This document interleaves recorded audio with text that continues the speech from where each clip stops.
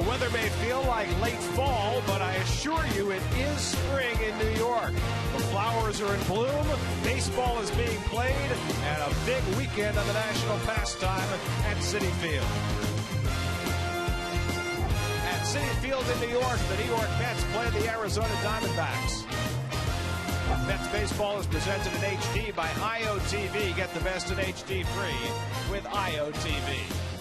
And a pleasant good evening, everybody, and welcome to Citi Field. I'm Gary Cohen. Ron Darling will join us in just a moment. The Mets open a three-game weekend series against the Arizona Diamondbacks, coming off a victory last night, 9-1 over Houston, a game in which the Mets got their starting outfield back together for the first time this year. That lasted for 5 innings. Jason Bay back in the lineup, but Angel Pagan was forced to leave in his final at-bat of the night. On his second swing, you see he came up a little bit short. He has been diagnosed now with a strained oblique muscle on his left side. It's the hot injury in baseball this year.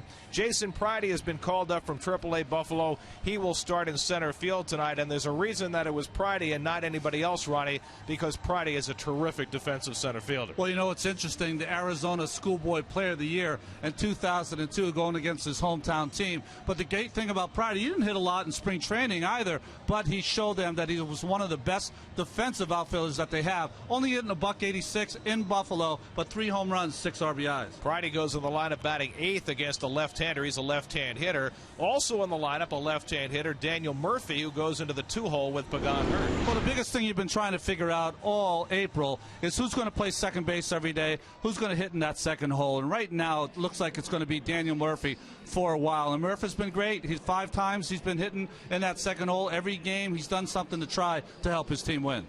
Mike Pelfrey takes the mound for the Mets tonight. 4 starts and not very good results for Pelfrey so far this year. Well, I will say this is an important start for this team. Try to win 2 in a row, first game of the series. But even more importantly, it's a huge start for Mike Pelfrey. He's gotten a little better in his last 2 starts, but I think this is a dangerous start for him. If he doesn't pitch well, they're going to have to wonder if he can change on the fly here in the big leagues this season. And the equally struggling left-hander Joe Saunders will go for the Diamondbacks tonight in the opener of 3 here at Citi Field. It's the Mets and the D-backs getting together. All the action on SNY.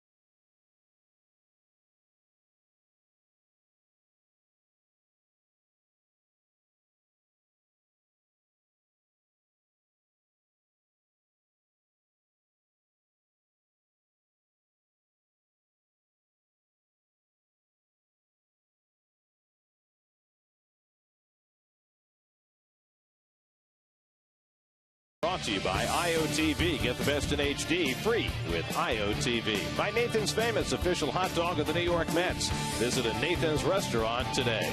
By BMW, the ultimate driving machine. By Geico. By Audi. And by Lowe's. It's opening day for your lawn. Visit a local Lowe's for savings and a free MLB fan guide. Compliments of Scott's. Complete your Citi Field experience with the McFadden's Mets Games Day ticket package. Includes a 1-hour happy hour, a complimentary appetizer, and a post-game drink coupon. Get to Mets.com for your tickets now.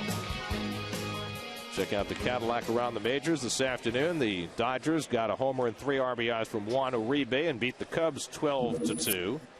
Felix Hernandez last night, 8 strikeouts, 7 2/3, shut out Oakland 1-0. And the Phillies got 6 innings of 1-hit ball from Roy Oswalt. They've now beaten the Padres at Petco Park 8 straight times, 3-0 the final last night. 7 train making its way out to Citi Field. Weekend of baseball gets started in just a moment.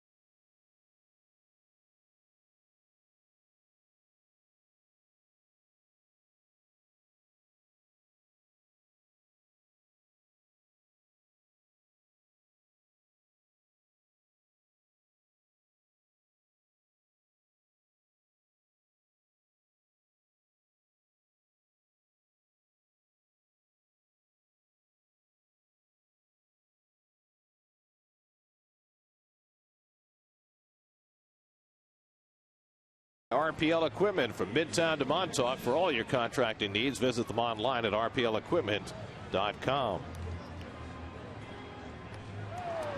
Well, the Barbie backpack is back. Pedro Beato sporting the bullpen supplies. Now, what happened to the toolbox, Gary? Well, during spring training and up until yesterday, they had a big rolling toolbox named Stanley, which was carrying a multiplicity of bullpen items, chewing gum and nail files and everything they might need. When your team's going bad, you got to mix things up. And so Stanley met with his demise yesterday. Pedro Beato, a Queens kid, hour and a half back and forth to school, probably the toughest guy in the team. Got to wear a pink backpack. I bet he didn't wear that on the subway going to high school. There's your forward starting lineup for the Arizona Diamondbacks, who are 8-9 on the year. Miguel Montero off to a scintillating start, but he always hits well against the Mets. 4.14 lifetime. Stephen Drew also off to a good start, and Ryan Roberts, who is playing Lou Gehrig to Melvin Moore's Wally Pipp these days. Mike Pelfrey's getting the start for the Mets today. He's really going to have to do a better job of getting the left-handed hitters out. In his last 3 starts, they're hitting .500, 17 for 34 against Big Pelf. Numbers brought to you by Verizon. Here's Alexis Mets defense. Bay in left field. Priority, of course, getting the start for the injured Pagan, Beltran, and right Reyes, Murphy at second base, like Davis, and Nikias after his first home run in last night's ball game. Back-to-back starts. Jason Pridey had a little bit of big league time at the end of the 08 season, and for a week in 09 with the Minnesota Twins. Missed a great portion of last year with a hamstring injury. Didn't hit much in spring training. Didn't hit much in Buffalo this year, but he is here for one reason and one reason only, and that is his outfield defense, which has been a huge cause of concern for the Mets so far this year. You know what's interesting, when Terry Collins was talking about Pelfrey, he said in his starts against Arizona he's given up a lot of fly balls, which is not what Mike usually does. Certainly not what you'd like to be seeing from Mike. If his sinker is on, he is a ground ball machine, but that's not been the case so far this year. Chris Young, who has led off for most of his career for Arizona, has not led off this year, but he's leading off tonight. And Young takes off the outside corner, ball 1. Young hitless in his last 9 at bats. So Kirk Gibson, the Arizona manager, trying to shake things up, puts Young back in his accustomed leadoff spot, and he drives one to left center. First chance for Pridey deep in the gap, and he can't get to it. One hop against the wall. Young to second, takes a turn there. He's going to try for 3, and he'll make it without a throw. So Chris Young leads off the game with a 3-base hit. Jason Pridey, welcome to the Citi Field outfield. You know it. Of course, that ball is going to find you, and just nice hitting. Chris Young with a little fastball on the outer part of the plate, drives that in the gap, and it beats Pridey to the spot. And the problem here, though, coming off the wall, not a lot of experience, goes down with his bare hand and bobbles that ball, and I think it's going to be a double, and maybe got third base in an error, but I think they've given him a triple. Second triple of the year for Young, so an immediate scoring chance for the Diamondbacks with Kelly Johnson at the plate. Johnson, who got off to a marvelous start with Arizona last year after coming over from Atlanta, off to a slow start this year, hitting just 188 and tied for the league lead in strikeouts with 23. Mets have the infield back with the exception of Wright at third. And Pelfrey behind on Johnson, 2-0. See the infield defense pretty straight up, allowing that run to score if Pelfrey can get a ground ball, and the defense Pridey playing a little to left field. And Pelfrey falls behind Kelly Johnson, 3-0. Well, this has been something that's been plaguing Mike, the first inning woes. Justin Upton waiting on deck. Well, tonight you've got Mike Pelfrey and Joe Saunders going head to head, and they both have really struggled in the early going. There's a strike, 3-1. In fact, Pelfrey and Saunders are 1 and 2 in the major leagues among starting pitchers in worst on base percentage against. Pelfrey at .455, Saunders at .452. Johnson fouls it back, and Pelfrey gets full 3-2. There's a Xerox inside pitch. Mike Pelfrey fend off the frustration. Remember in the first inning, frustrated on that 2-1 count. Improvement to excellence. He has improved, but he's got to get back to being excellent as that #1 starter. And strong first inning. We'll see if he can get out of it, because it's something he hasn't done. Has not put up a 0 in the first inning yet in any of his 4 starts. Brought to you by the Xerox business of baseball. They could use a strikeout right now. 3-2 on Kelly Johnson. And he misses up and in, ball 4, and the Diamondbacks have the first 2 men on. Chiropractic work in the dugout? That's new. Whatever works for you. He'll be on the DL in about 5 days.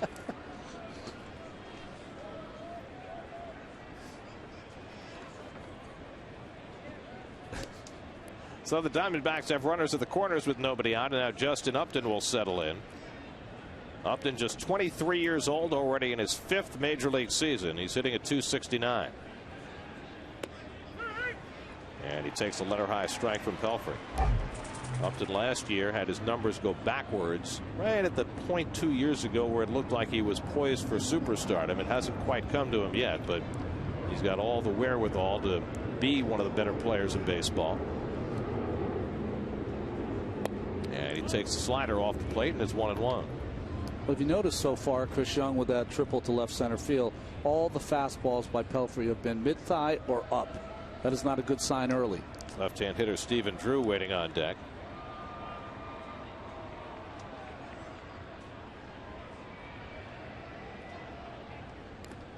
And Johnson back to the bag. Diamondbacks have been doing some running this year. 16 steals, 4th in the National League, so Pelfrey has to be aware. Johnson has a couple.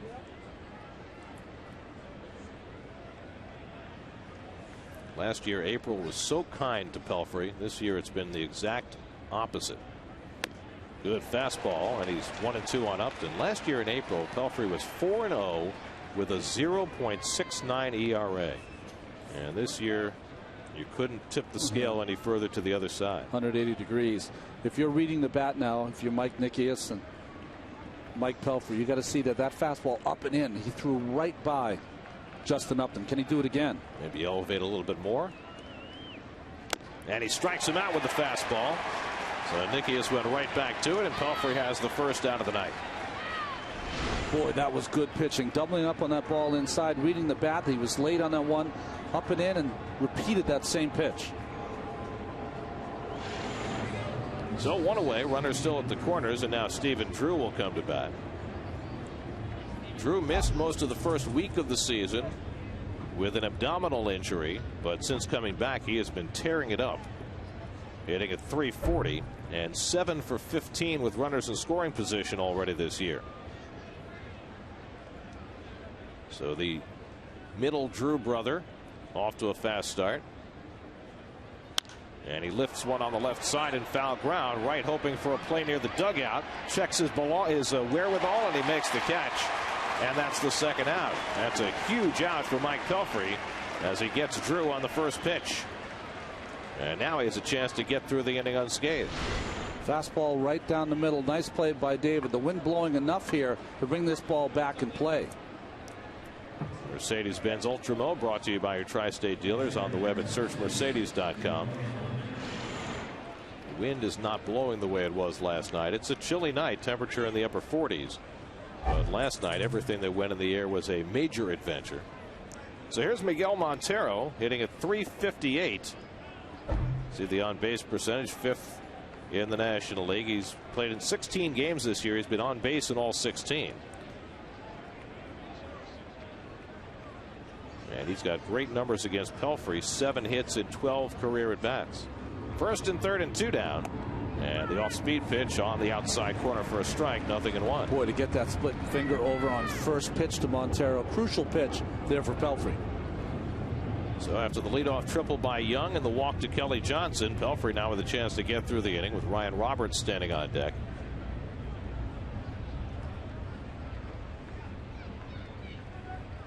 Mets have gotten deep starting outings from their pitchers the last 2 nights. 8 innings from Ari Dickey in a loss, then 7 innings last night from Chris Capuano in a victory.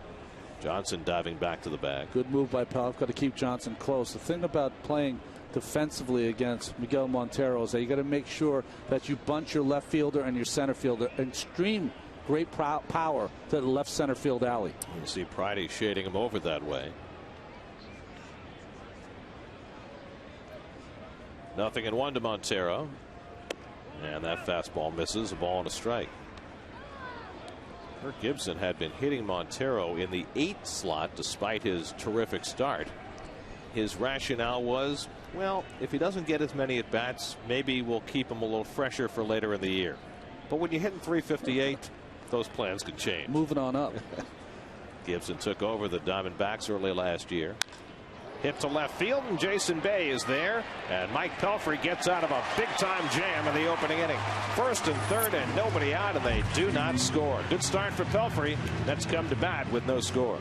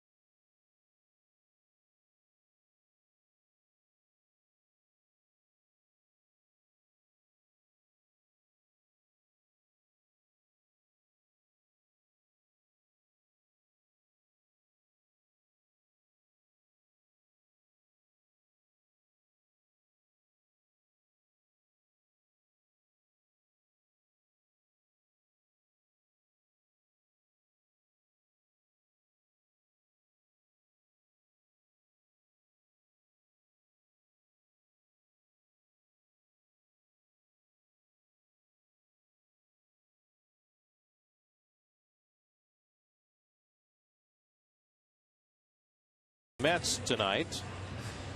Daniel Murphy in the 2-hole against a left-hander. Interesting call tonight by Terry Collins. Jason Pridey just called up, goes in the 8-hole. Mike Nickias plays again after his first big league home run last night. Most importantly, Jason Bay back in the middle of that lineup. That's winning in his first outing of the year. Well, the Toyota numbers for Joe Saunders. He was outstanding in 2008 and 2009 with the Angels when he won 17 and 16 games respectively.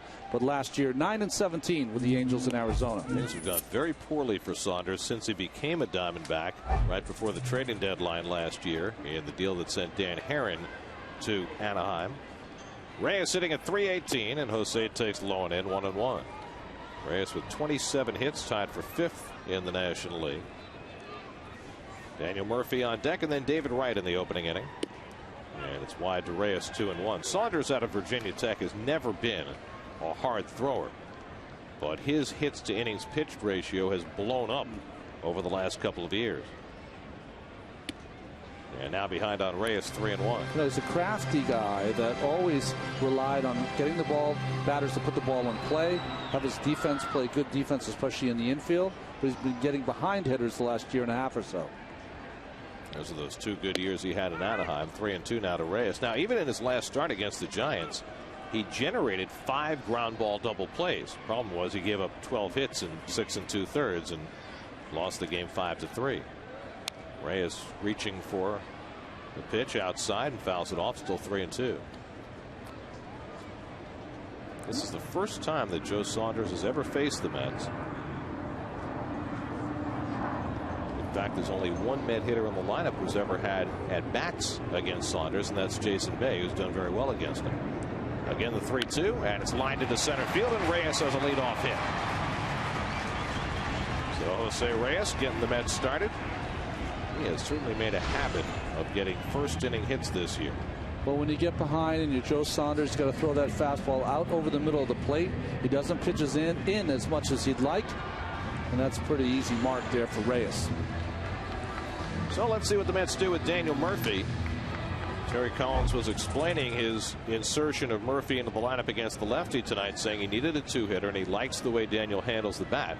See how that plays out with Reyes aboard. Saunders has a middle-in move, not a great move, but he's very quick to the plate. Reyes is 8 for 8 stealing bases this year, tied for the National League lead, and of late he's been looking to steal earlier in counts. But of course, this is a pitcher he has not seen before. Ball 1 to Murphy. And all the good base stealers will tell you about lefties. They're either impossible to steal on or very easy to steal on. Murphy just 6 at bats against lefties this year.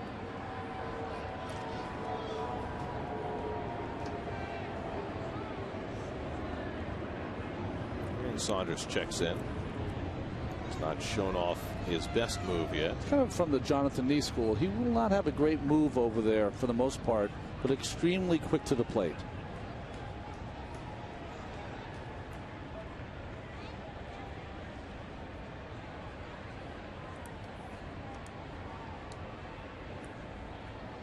Reyes had a pretty good walking lead that time. Murphy takes a strike, 1-1.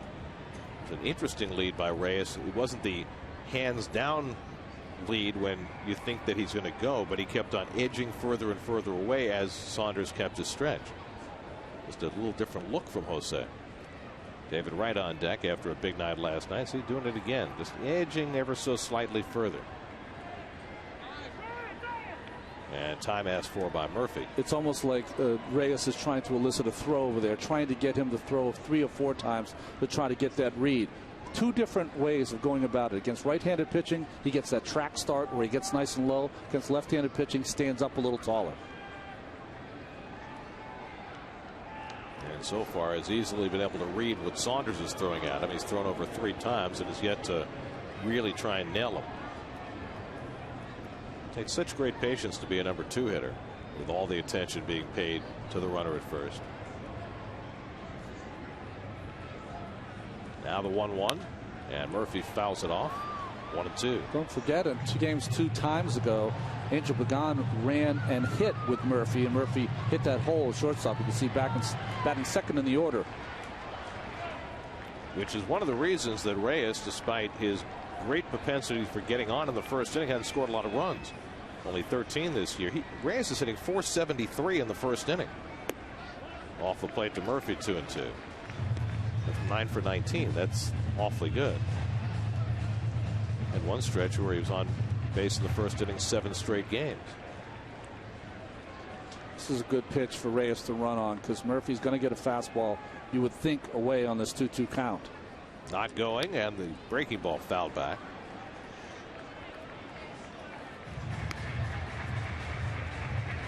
Here's Coors Light Diamondbacks defense. Gerardo Parra in left field. Chris Young, Upton, Roberts, Drew, Johnson, Branyan, Montero doing the catching. 0 errors and 75 chances so far for Kelly Johnson this season. A converted outfielder. I just had problems with errors as the catcher. Montero's been throwing him away every time he has a stolen base attempt against him. And Murph with a good eye works the count full, 3-2. So each of the first 2 hitters getting to a full count against Joe Saunders.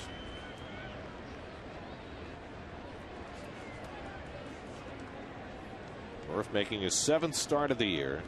Last time he went out there a couple of nights ago, had 3 hits, including a home run, but maybe more importantly, effectively turned a couple of double plays. And that certainly caught the manager's eye. Reyes runs, and Murphy hits one in the air to right center field. Hit well. Going back is Young, and he's got room to make the catch, and Reyes goes back to first base. So that's the first out. Boy, I tell you, that was picture perfect, wasn't it, by Chris Young? That ball driven pretty deep by Daniel Murphy, and he just ran back there, ran to a spot, and caught the baseball. So 1 out and 1 on. Here's David Wright, who broke out of his 0 for 20 last night with a home run and a 2-run double.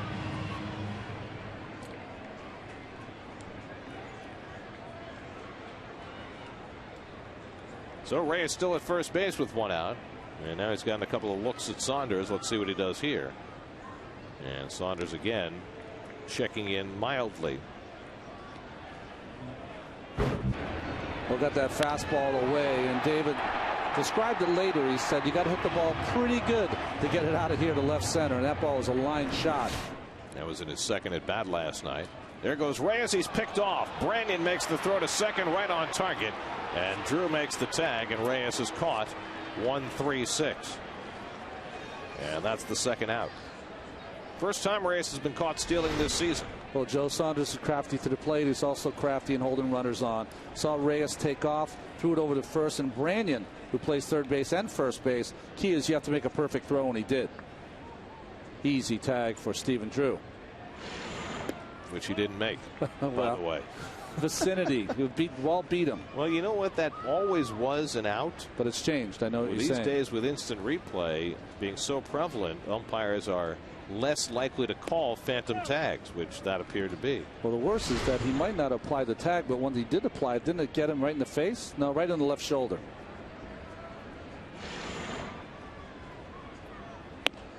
Wright swings through the fastball, and it's 2-1. Well, David got well last night against the left-hander with his home run and double against Jay Happ. And that's typically how David gets going on his hot streaks, as he goes around on that pitch. That's fastball that Saunders has thrown so far, 2-2.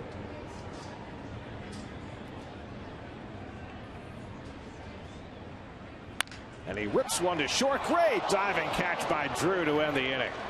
And Stephen Drew, one of the more underrated players in all of baseball, makes a beautiful stop there of the searing line drive by Wright and gets Saunders through the first inning.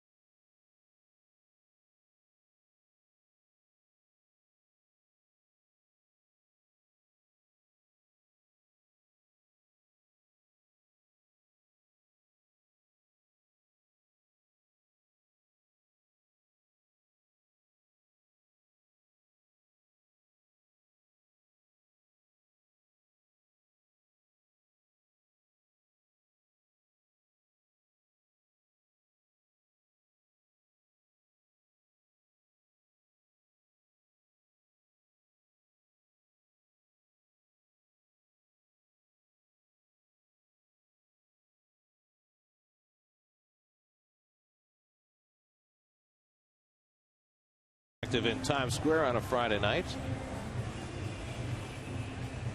Curtains in about a half hour. That's right. Still some time to hang out and look at the lights. Hitting the road, take the Mets with you this season. Subscribe to MLB.tv today to see every Mets game live or on demand on your computer and your favorite devices. Visit Mets.com to order and get more details. MLB.tv. Baseball everywhere. Ryan Roberts leads off the second inning for Arizona and takes high for Mike Pelfrey, 1-0. Roberts has been a big story for Arizona in the early season, riding an 8-game hitting streak right now and off to a huge start at 366. Melvin Mora was signed to be the regular third baseman. They actually signed both Mora and Jeff Blum. Blum's going to have knee surgery. He's out for a couple of months, but Mora's had a sore foot, but he's been ready to play the last few days. But Roberts keeps getting the playing time because he keeps hitting. Thus, Melvin Mora, Wally Pipp. Well, I think with their new manager that Kirk Gibson is one of those types that is going to play the hot hand. Pelfrey's been getting a lot of swing and misses with his fastball up in the strike zone. Well, it's interesting. Remember what Terry Collins said before the game about how Arizona hits a lot of fly balls against Pelfrey? Well, if you're going to work up in the zone like that, you're going to get a lot of fly balls. Which tells me he's throwing a lot of four-seam fastballs early in the game.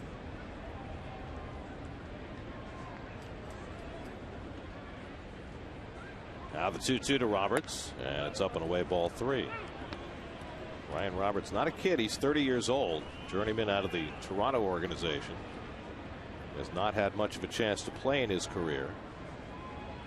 Getting the chance now and taking full advantage. 4 home runs already this year. And he takes ball 4 and he's aboard to start the second inning. So Pelfrey's already walked 2 of the first 6 batters to face him.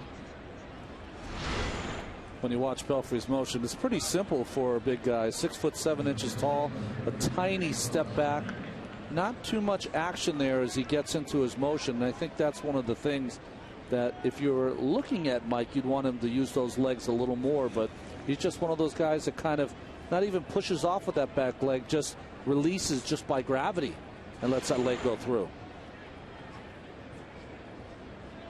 So now Pelfrey faces the power hitting Russell Branyan. And he takes a big cut, which he always does. 0-1. Branyan now 35 years old. He's bounced around to 9 different major league teams, but over the course of his career, he's averaged a home run better than every 15 at bats. And that's why teams keep picking him up. And 31 home runs a couple of years ago in Seattle. There's no hitting and running. There's no getting the guy over with Russell Branyan. There's one swing only. That is to hit a ball 500 feet.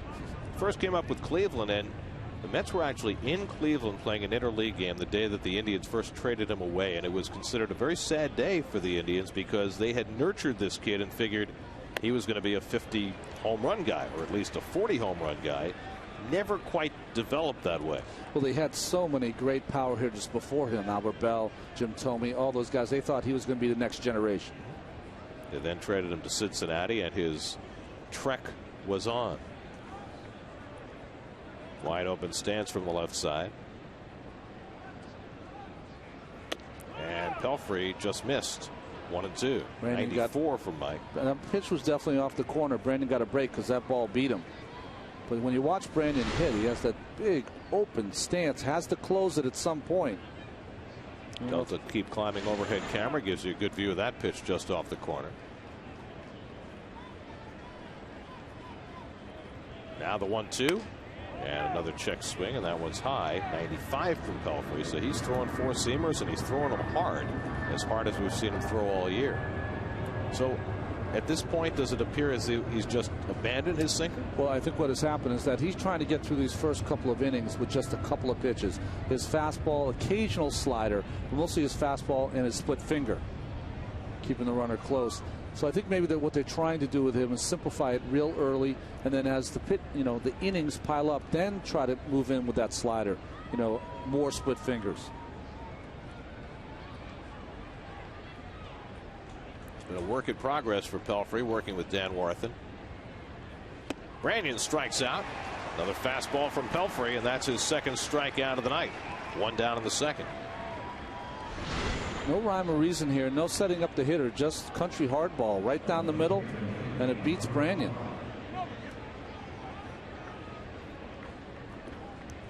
So many left-hand hitters who get that ball above their hands, and it's over. It's the split finger that's really going to give Pelfrey a problem against Branyan. So now Gerardo Parra playing left field tonight. He and Willie Bloomquist have been splitting that spot. Parra hitting a .270 on the year. Guy has given the Mets some trouble in the past. And he pokes one foul, 0-1. Well, his neck should be loose. Anyways, it was Parra that was on the bench that was getting that crack and moving of the neck. It's always good to have versatility on your bench. You know, infielder, outfielder, catcher, chiropractor, psychotherapist. You need all those things. Pelfrey's handled Parra in the past. He's just 1 for 10 against him. And there's the split, 1-1. Mike Nicky is catching for the second straight game. Did a splendid job with Chris Capuano last night. And did you see the enthusiasm from Nickius when he talked to Kevin Burkhardt right after the game, talking about his home run? He said, I got to second base and I didn't even know what was happening. That was great. Little tapper foul. You know, Mike is 28 years old. Yes. He's had to run a long road to get to this point. And never knew if he was going to get there either. And, you know, always knew he could play in the defensive end. Could he do enough to help his team offensively? And more than enough last night. That's got him from Texas in the Victor Diaz trade 5 years ago. And he was a valued asset in the Mets minor league system. And remember, he told us last spring he was very close to retiring because it didn't look like he was going to make it, but he stuck around, made it to the big leagues last year, and now has had some significant time here in April. The thing that's unfortunate for Nickius is that unless something exotic happens, he's going to be going back to the minor leagues in a few days because Ronnie Paulino is going to be coming off the disabled list. That's one thing as a player you can't think about. Get another 2-3 hits tonight. Go deep again. 2-2 to Parra, and it's hit in the air to left center. Jason Pridey ranging over, and that's the second out. Well, what might be intriguing is because Paulino was brought in not only because he's a catcher, but also because he's so good against left-hand pitching, you'd like to be able to use him off the bench as a pinch hitter. So you wonder, would the Mets consider carrying 3 catchers? Definitely do that because Paulino provides you with that right-handed pop they don't have. So here's Saunders, not a good hitter at all, just 2 for 32 in his career, 0 for 5 this season. No score, we're in the second. Mike Pelfrey worked out of a big-time jam in the first inning after a leadoff triple by Chris Young. He kept the Diamondbacks off the board. And Saunders pops one up into shallow left, and Jason Bay is calling. And that retires the side. So Pelfrey works around a leadoff walk in the second and keeps it scoreless. Bay will be coming up in the second.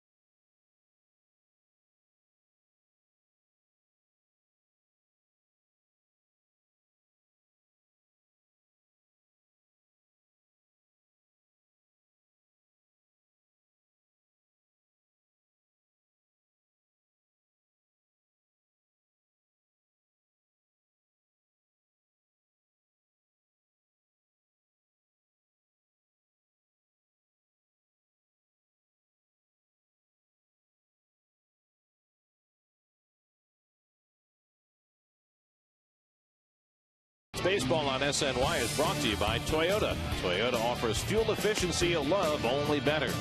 By Verizon 4G LTE, rule the air on the most advanced 4G network in the world.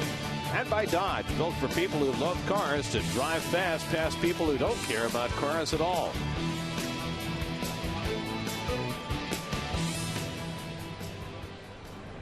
Joe Saunders gets set to face Carlos Beltran leading off in the bottom of the second inning.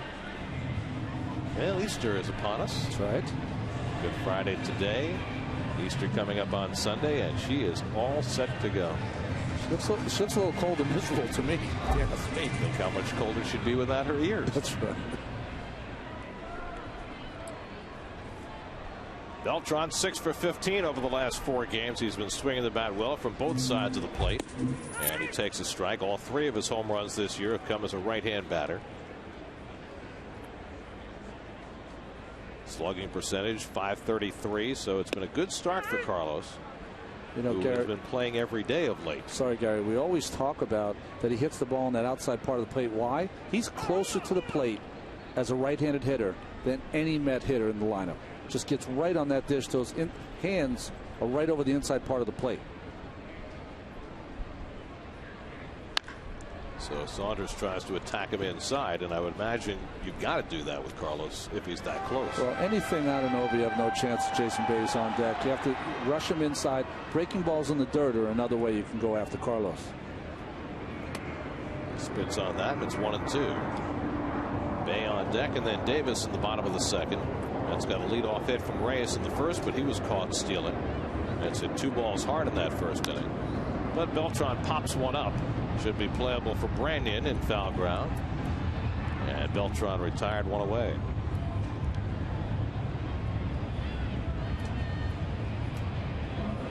So 1 out in the home second, and now Jason Bay. Jason, the only hitter in the Mets lineup who's faced Saunders before. He's 4 for 8 with 2 home runs against him, and I saw some incredible numbers about the Mets the last year plus with and without Jason Bay. Last year, when Bay was in the lineup, the Mets were 3 games over 500, 48 and 45. When he's not been in the lineup, they're 14 games under 500, 37 and 51. And look at the run per game difference. But what also stood out to me from the stats compiled about Bay in and out of the lineup, as he hits one down the right field line, and he's got himself a base hit. Chased by Upton. Bay takes the turn and heads for second, and he makes it easily with a stand-up double. So Bay, who had a pop fly double last night, this time driving the ball to right field, and he's got the Mets' second hit of the night. Well, you can see that Jason right on top of this fastball away, about belt high. What you love about Jason, might have been a little late on that, but he was able to drive that ball to right field, always hustling out of that box, gets him an easy double. The hustle last night not only got him a double, it got him the Little League home run. The ball that was dropped by Hunter Pence. So he's at second with 1 out, and Ike Davis the batter. Ike hit a long home run past the apple in center field last night. And he takes the curveball for a strike from Saunders. Anyway, the thing that surprised me about the numbers Bay in and out of the lineup was the impact, whether it's coincidence or not, that it's had on David Wright. Because Wright's numbers are starkly better with Bay in the lineup compared to Bay out of the lineup since the start of last year. David hit .316 with Bay, .238 without him. .391 on base percentage with him, .305 without him. .548 slugging with him, .441 without him. I mean, those are huge differences. Now, you know, some of it you might say is coincidence, but not all of it. 1-1 to Davis, and the breaking ball, they say that's a strike, and it's 1-2. Those are those slash marks on David Wright. That's some stark differential.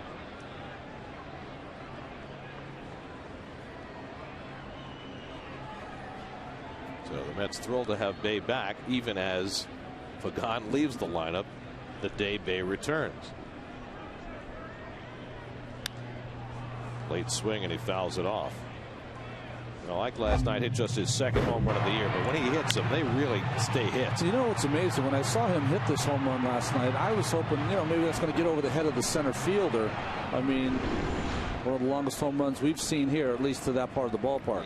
We saw one or two go in the Apple housing last year, but that I think is the first one we see go beyond it into the black. That's strike 3 call. Breaking ball by Saunders gets Davis looking, and that's Saunders' first strikeout of the night.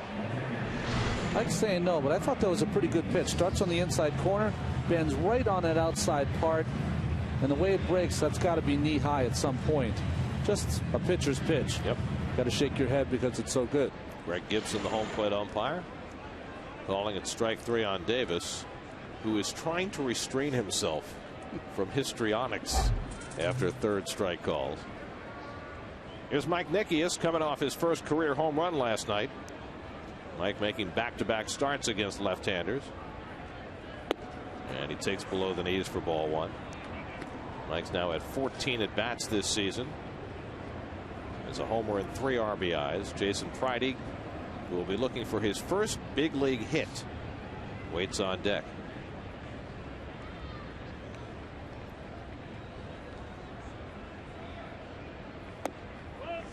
Changeup away, 2-0. I think one of the biggest things as you grow to be a major league hitter is not understanding, although you have to understand your own swing, is understanding how pitchers are trying to get you out. If you're Nickius here, you're going to get a fastball away. Try to shoot it through that hole on the right-hand side. It's your best chance to get a hit.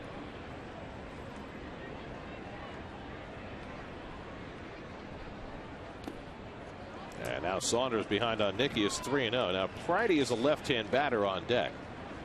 But it's not as though Saunders has been dominant against left-hand hitters this year any more than he has been against the righties. Righties are hitting .375 against him. Lefties .385. But over the course of his career, he's been better against lefties. On the outside corner, 3-1 to Nickius.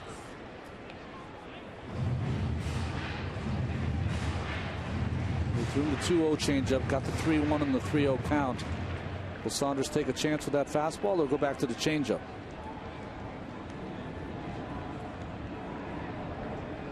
On 3-1, Nickius takes it right on the outside corner again. Went to the same spot with it, and it's 3-2.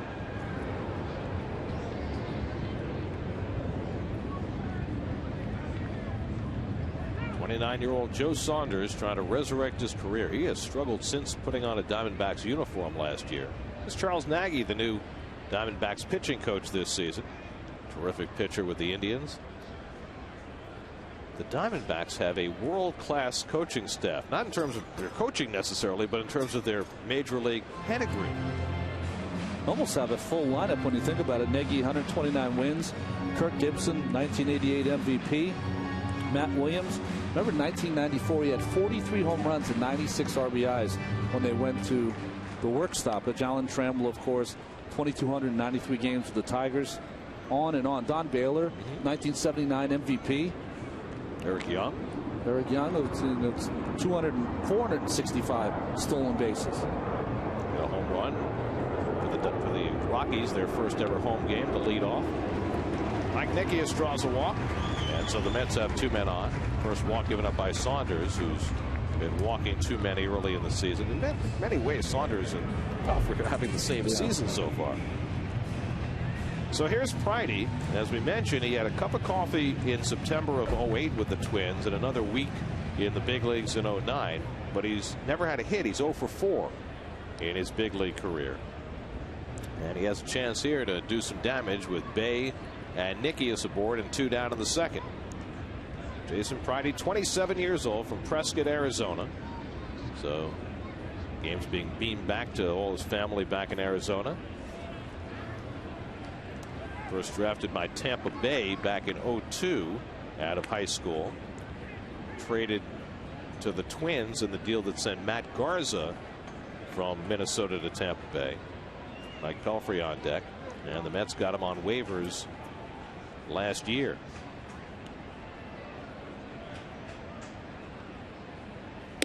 And Pridey takes a fastball for a strike. They televised the Buffalo game the other day, the game that Henry Mejia pitched, and Pridey hit a home run in that game, and it was impressive. It was a ball in on his hands, and he was able to turn on it. You know, didn't hit for a high average, but did have 3 home runs.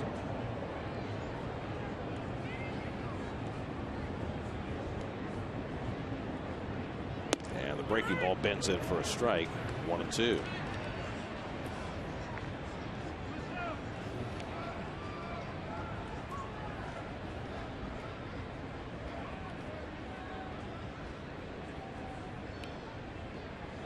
Crouch from Pridey on 1-2, and the curveball misses, and it's 2-2.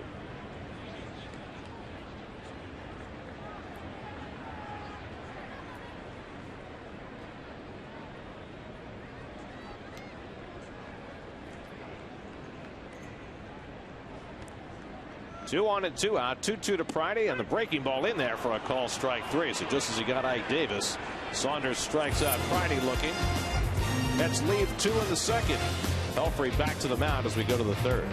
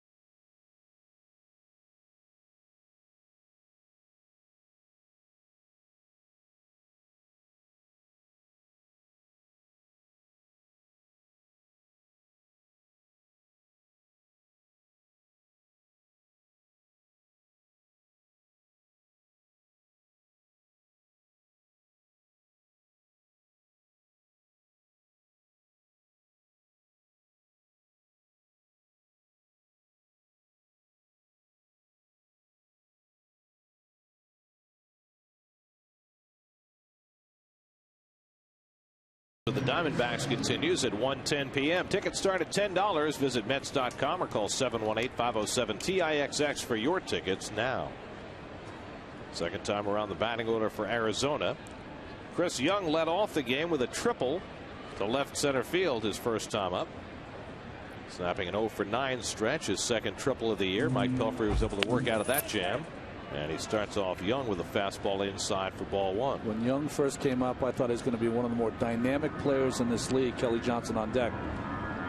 And he can be at times, but has not been consistently that way. Well, you look at his numbers. He's got 4 home runs already this year. You know he can steal bases, but he comes into the day with a .260 on base percentage. That's why he was never an ideal leadoff hitter. Guy with power and speed, but too many strikeouts and not on base enough. The Diamondbacks have been trying to retool around a young core for the last several years, but it has not gone well. Young pops one up right in the middle of the infield. David Wright comes charging in to call and drops the ball. And Chris Young is safe at first base. He should have been on second.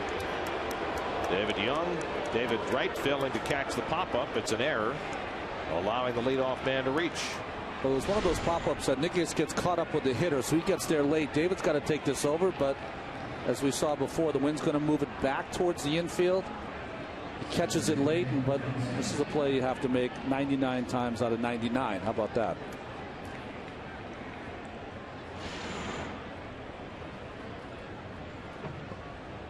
So the Diamondbacks have the leadoff man on for the third straight inning. And Kelly Johnson, the batter, he walked his first time up.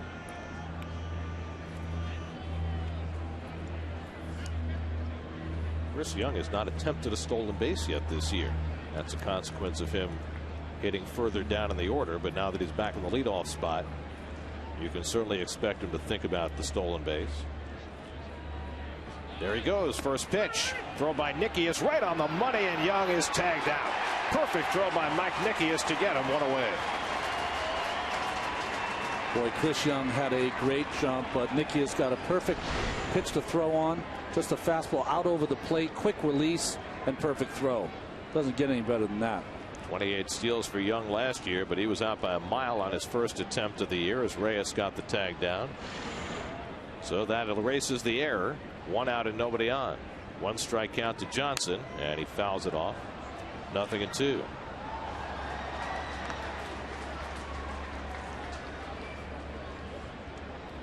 Big swing there by Kelly Johnson. A nice pitch here by Pelfrey. Get him off that plate. That was a big swing. Get him off that plate and go away. Kelly Johnson has changed since he played for the Braves. Much more of a guy who looks to hit home runs now. Of course, playing in that ballpark in Arizona where the ball flies out can change you in a hurry. You know, there was talk that they were going to try to maybe introduce a humidor, as the Colorado Rockies did. Well, the Diamondbacks have been a power-laden team. Unfortunately, they've also been a strikeout-laden team. Now, they've changed that somewhat with the dealing of Mark Reynolds to Baltimore. And took those 220-odd strikeouts out of the lineup. Out to left center field. Another long run for Pridey back toward the gap, and Jason can't get it as it hops against the wall. Johnson to second and pulls in with an opposite field double. Well, Jason Pridey's been sorely tested in his first game here at Citi Field on that left center field gap. Well, just a little sinking fastball away. More on the same plane, though. Doesn't have enough sink on it. Oh, sorry, not even away. Right in the middle of the plate. And Pridey, whenever you're running after this ball in center field, off the bat of the left-hander, it's going to peel away from you. And never could catch up to it, though. A valiant try.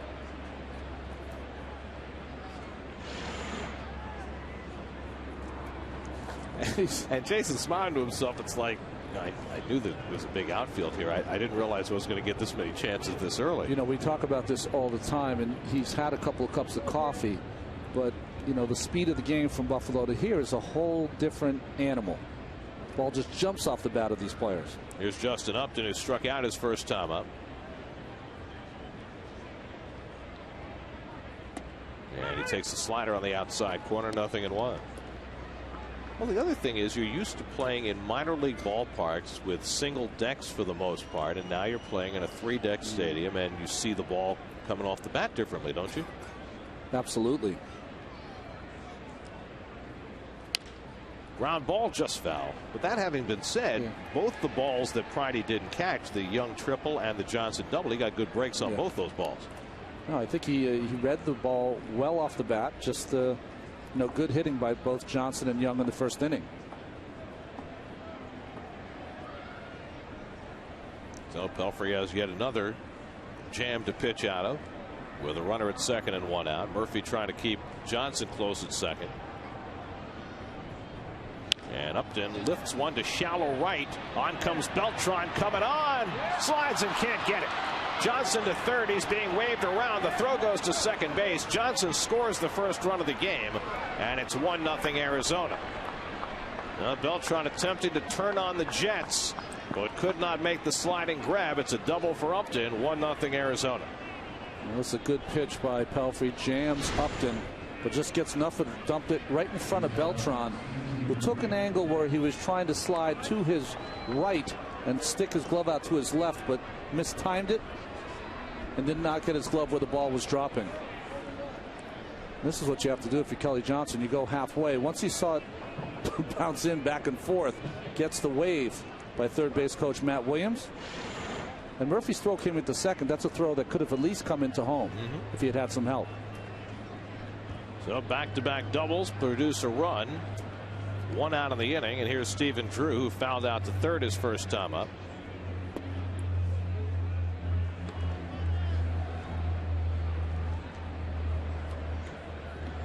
It's funny, isn't it, how a certain part of the game can become so prominent for a team, one that you don't necessarily stay up nights thinking about when you go into a season.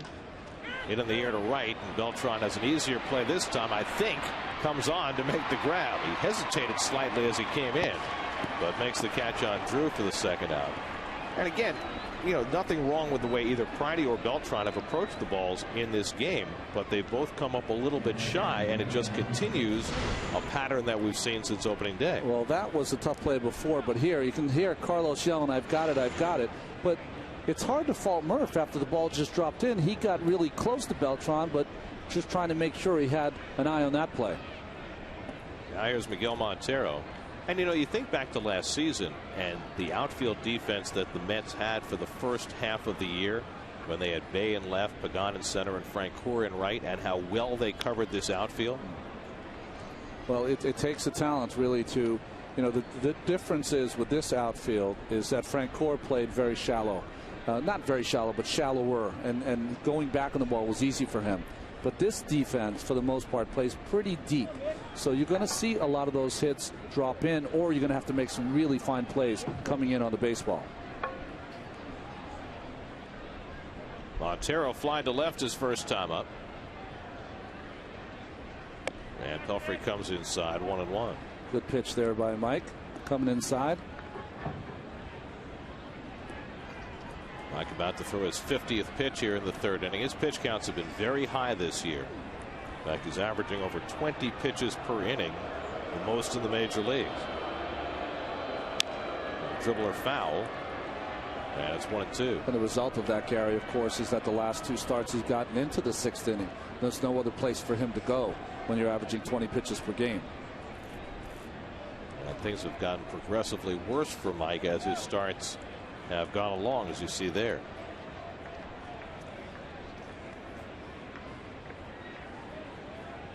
One and two to Montero, who started the day as the 8th leading hitter in the National League.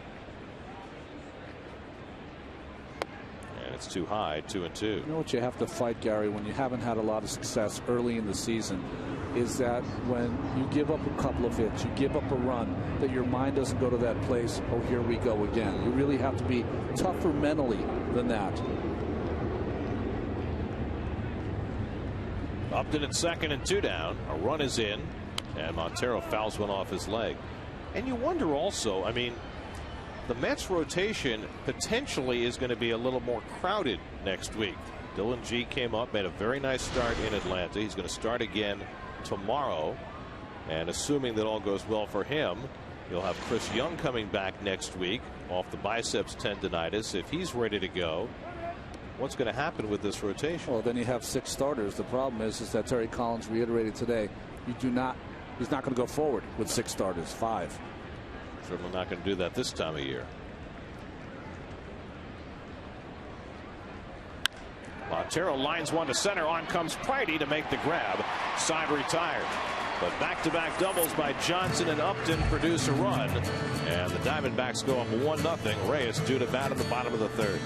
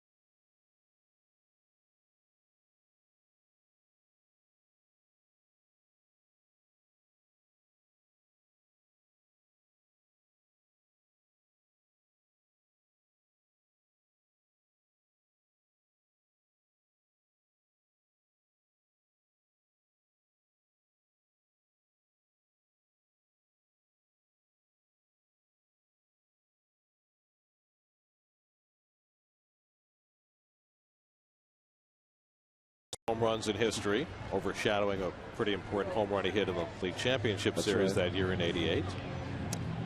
One of the interim skippers who's now become a full-time manager along with Mike Quade and Edwin Rodriguez in Florida. And you have other new managers, the new old skipper of the Braves, Freddie Gonzalez, Ron Roenicke in Milwaukee, John Farrell, former pitching coach, now the skipper in Toronto. And most of those guys treading water right now, you know, 500 or around. Really, the only one that's really taken off has been, if you think about it, this Ned Yost came in the middle of last season. His team, Kansas City, of course, 12-7. They're doing well, and Florida under Edwin Rodriguez is off to a fine start at 11-6, despite losing the guy who probably was off to the best start for them in Logan Morrison, who just went on the disabled list. Eric Wedge has had a devil of a time in Seattle so far this year. And of course, Terry Collins here with the Mets. Clint Hurdle with the Pirates. They got off to a decent start, but have slipped back. Mike Pelfrey pokes one to right center field, and Upton moves over and grabs it for the first out. Well, what's amazing to me is that when you look at Kirk Gibson, it's not many players that have over 250 home runs that have more stolen bases than home runs. He was a great player, great winner. Don Mattingly, one of the best offensive players that ever played this game. Defensive, too. Should not take that away.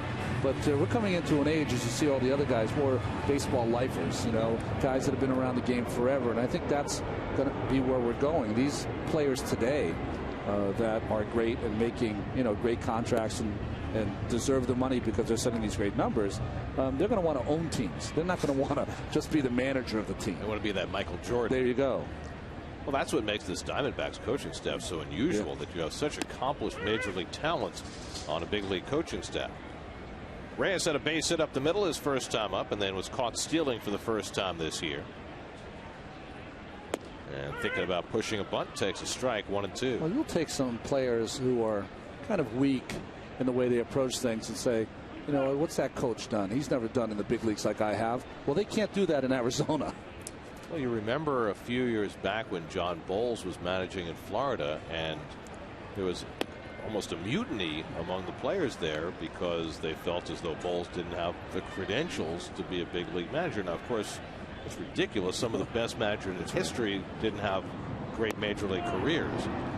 When you think about guys like Jimmy Leland and Walter Alston, I mean, guys who had virtually no big league time or none at all, who were very successful. Nonetheless, for players, sometimes the "I done it" helps. Reyes hits one deep to left. Back goes Parra onto the warning track. He has room, and he makes the catch. And Reyes retired for the second out. Who's the most recent that was it? Carlos Tosca? Yeah, that did not play professional baseball at all. But you know, Leland was a double-A catcher. That's right. Walter Alston, I think, had one at bat in the big league. I'll tell you right now, people that play the game at a high level, it's very hard for them to teach the game at a high level because things come more naturally. Murphy fouls one off. Well, and then there's the guy like Clint Hurdle, who was such a highly touted prospect and never lived up to the hype, and he's used that to help him in his managerial career. Ground to the right side, and Kelly Johnson in front of it. So Joe Saunders has his first 1-2-3 inning after being handed the lead. 1-0 Arizona. Let's go to the Verizon studios for an update from Matt Cerrone of Mets Blog, presented by Verizon.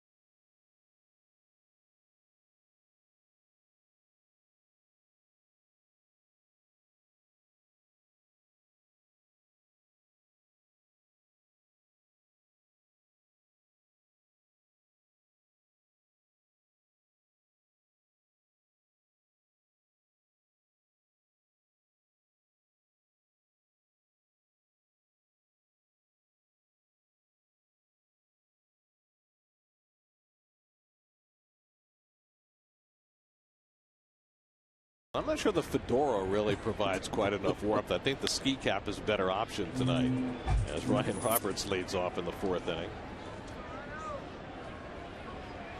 Braving it out on a 47-degree night. Roberts drew a walk leading off in the 2nd inning. The Diamondbacks have had their leadoff man on each of the first 3 innings against Mike Pelfrey. And he fouls one off the right side. 0-2 to Roberts, with Russell Brandon and Gerardo Parra to follow in the 4th inning.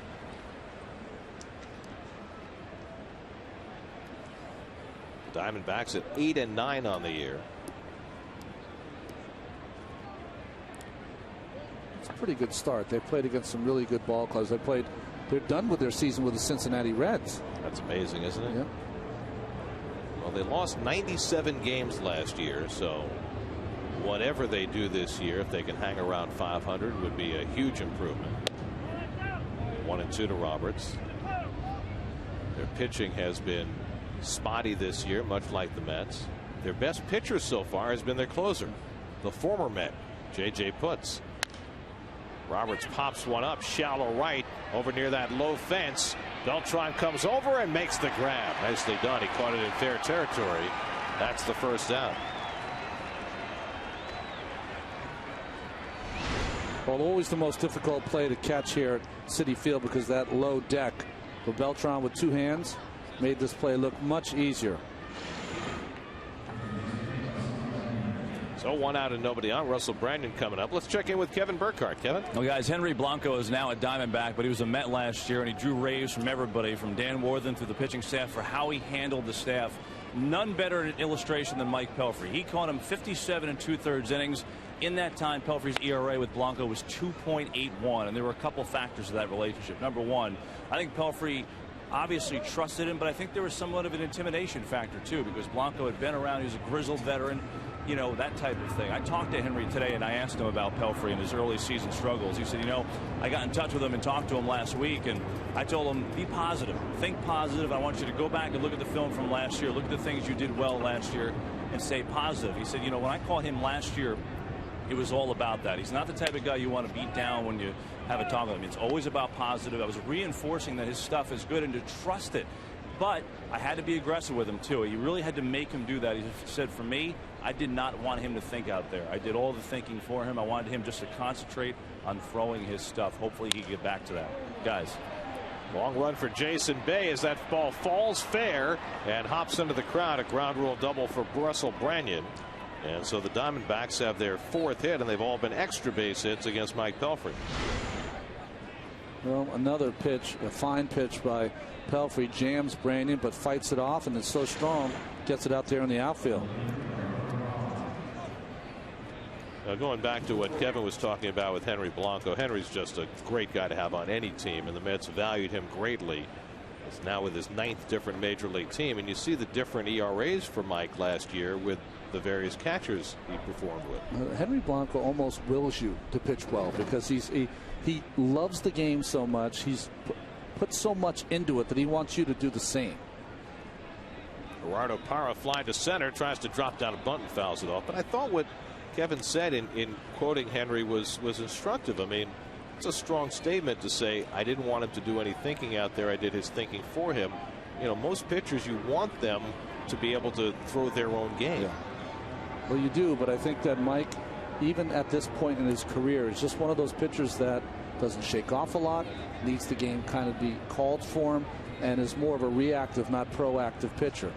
Put down the signs, and I'll try to execute the pitches. Well, that was what some of that conversation was about he and Josh Tolle earlier this year when he was throwing curveballs early in the game. And it wasn't so much that Mike was criticizing Josh. He was basically saying, hey, I need a catcher to call my game for me. Guys, what about Henry reaching out and getting in touch with Pelfrey last week? I mean, that's pretty good. It's not like they worked together for 5 years. He was here for 1 season. Well, I find it intriguing. You know, some people would look askance at that. The Diamondbacks are about to play the Mets, and Pelfrey is going to pitch against them. To have Blanco reaching out, I don't know how that sits. I will tell you, Kevin, you've got a lot of reactions to the different pieces you have. You'll definitely get one for that one. But I understand as a human being, and that's the kind of guy Blanco is that he's just one of those great teammates that doesn't forget. Now Pelfrey had 1-2 on Parra. Gets it on his hands, and it's rolled out to Murphy. Nice job by Pelfrey to get Parra on the grounder. Brandon moves to third, but now there are 2 away with the pitcher coming up. But I think it's also fascinating when you look at Pelfrey right now, as deep as he is in his career, and he's been up for what, 5-6 years now. He's still trying to figure out what he is as a pitcher, how his approach is going to be, what's going to be his primary weapon. Well, exactly. Whether he's going to be a sinker ball pitcher who's going to be able to cruise through a lineup, maybe with 80, 90, 100 pitches in 9 innings, or a guy who's going to be more of a power pitcher. And I think that's the conundrum that Dan Warthen has to deal with each time out. Now the pitcher Saunders slashes one foul. Saunders flied out to left his first time. One of the things that I used to do when I sat on the bench, Gary, is when I would see opposing pitchers, I would try to take from them things that might work for me. A certain guy would have a sequence of pitches that go, boy, that looks like I could do that.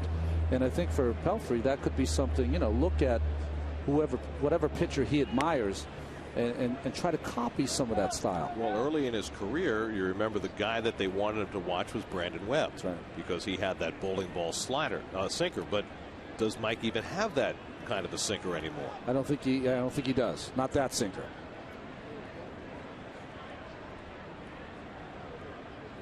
By the way, neither does Webb. That's right. Well, guys, remember too a couple years ago when Gene Stevenson, his coach in Wichita State, was here and said that he was more of a four-seamer upstairs type guy. He's used that a little bit tonight too, right?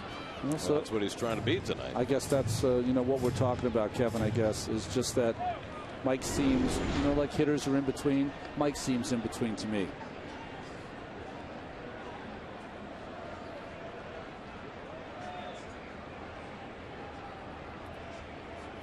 One and two to the pitcher Saunders, and he hits a little comebacker, and Pelfrey off the mound to field it, and the side retired. So Mike works around a double in the 4th inning. Middle of the 4th now, 1-0 Arizona.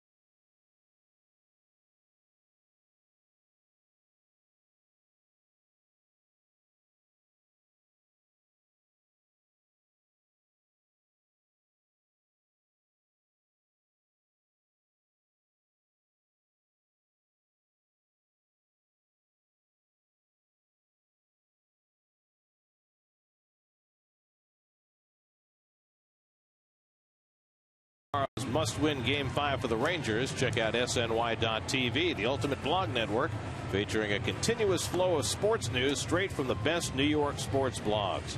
SNY.TV, your online home of all things New York sports. Here's your Mets' upcoming schedule. Remember, all Met games on SNY are available in HD, presented by IOTV. You can also listen to every Met game on Sports Radio 66 WFAN. Day games tomorrow and Sunday. Tomorrow on Pix 11, Sunday back on SNY. And then after an off day Monday, the Mets are in Washington and Philadelphia next week. Philadelphia again. Second trip to Philadelphia in the month of April. And then the last one is in August, right? That's got to be a record, right? Exactly. Part of the batting order for the Mets. In the bottom of the 4th inning, down by a run, David Wright, Carlos Beltran, Jason Bay. Wright hit a searing line drive his first time up, and Stephen Drew made an outstanding backhand catch to rob him of a hit. 29-year-old Joe Saunders looking for his first win of the year, up 1-0 in the 4th, and he misses wide to right, 1-0.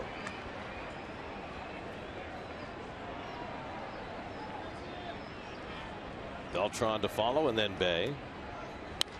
And David reaches for the off-speed pitch and pops it foul out of play, 1-1. Well, this is the thing that you have to do if you're a crafty left-hander. First time up, all fastballs for David. First 2 pitches here in his second at bat. Change up. David was talking last night after breaking out of that career worst 0 for 20 that he felt that during the 0 for 20 he had a lot of quality at bats. He had a lot of long fly balls to right and right center that were caught on the warning track. But he was not displeased with the way things have been going in terms of the quality of his at bats. Up and in by Saunders, 90 miles an hour, his quickest fastball all night. Up and in, change up away. Going back in. David fouls back that fastball.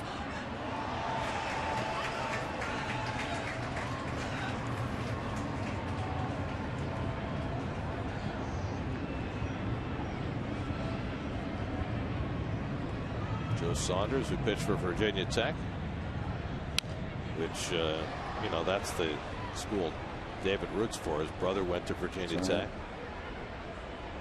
David, though, if he had gone to college instead of signing with the Mets out of high school, he was going to go to Georgia Tech. That was his plan. He was a pretty good student in high school, but baseball beckoned. Breaking ball away, 3-2. Well, they produced some pretty good infielders there. Mark Teixeira, Nomar Garcia-Parra, and many more. Former Met Jay Payton, Jason Varitek. 3-2, and the breaking ball hit in the air to left field. That's deep. Back goes Parra to the warning track, and he reels it in. Almost got twisted in a knot reaching back, but Parra makes the play for the first out. Boy, that's 2 bullets by David. He's got to be saying, how do I buy a hit? Great job, though, by Parra getting back to the warning track. And see how that ball peeled back over his shoulder, but he stayed with it. Fine catch by Gerardo. 2 fine defensive plays against David Wright tonight. Mercedes-Benz Ultramo brought to you by your tri-state dealers, on the web at searchmercedes.com. Here's Beltran, who fouled out to first his first time up.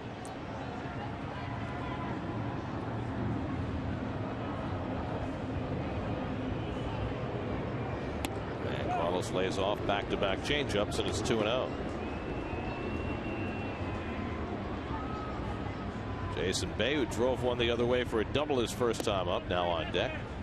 And now Saunders behind 3-0. And watch out for Beltran. He loves to jump 3-0 fastballs. And I'm sure Saunders knows it. So he misses wide, ball 4, and Beltran's on with a leadoff walk. Second walk given up by Joe Saunders. 1-out walk to Beltran. And now Jason Bay will come to bat. Bay doubled the other way in the second inning. Now it's 5 hits and 9 career at bats against Saunders with a couple of home runs.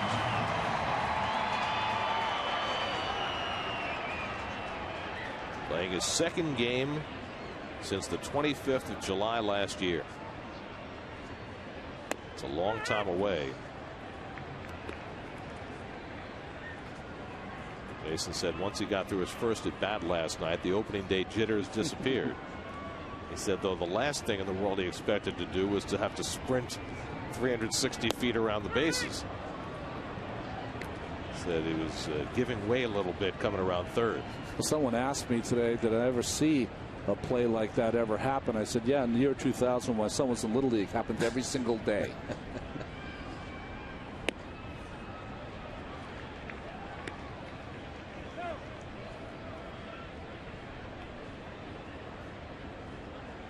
Well, the score could have been charitable and given him an inside the park home run, but it wasn't.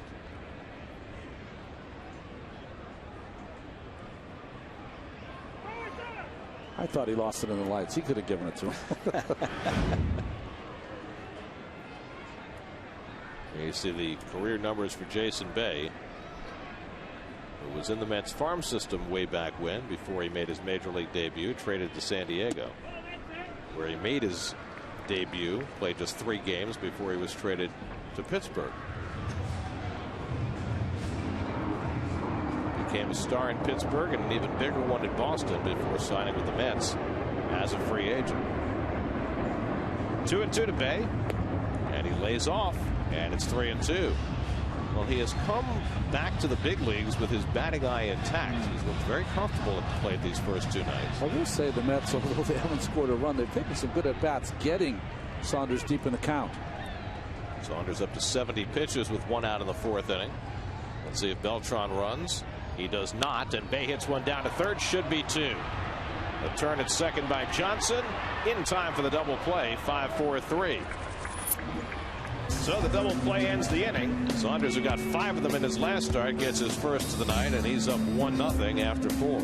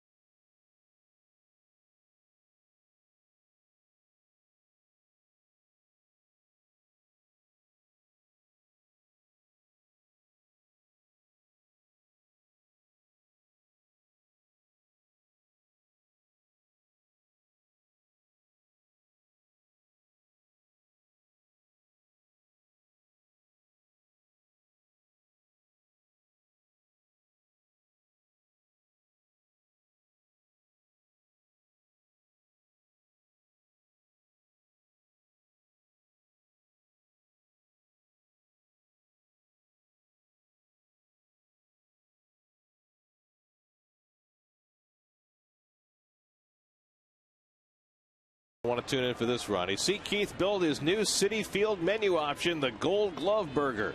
Plus, get an inside look at Jason Isringhausen's return to Queens on Mets Weekly. New episode Sunday at 6, only on SNY.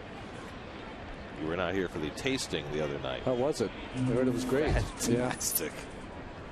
Chris Young takes a strike. When does Keith do all this stuff? Well, he's off 3/4 of the year. Oh, Keith's Grill. Nice. Right behind section 132, down near the foul pole.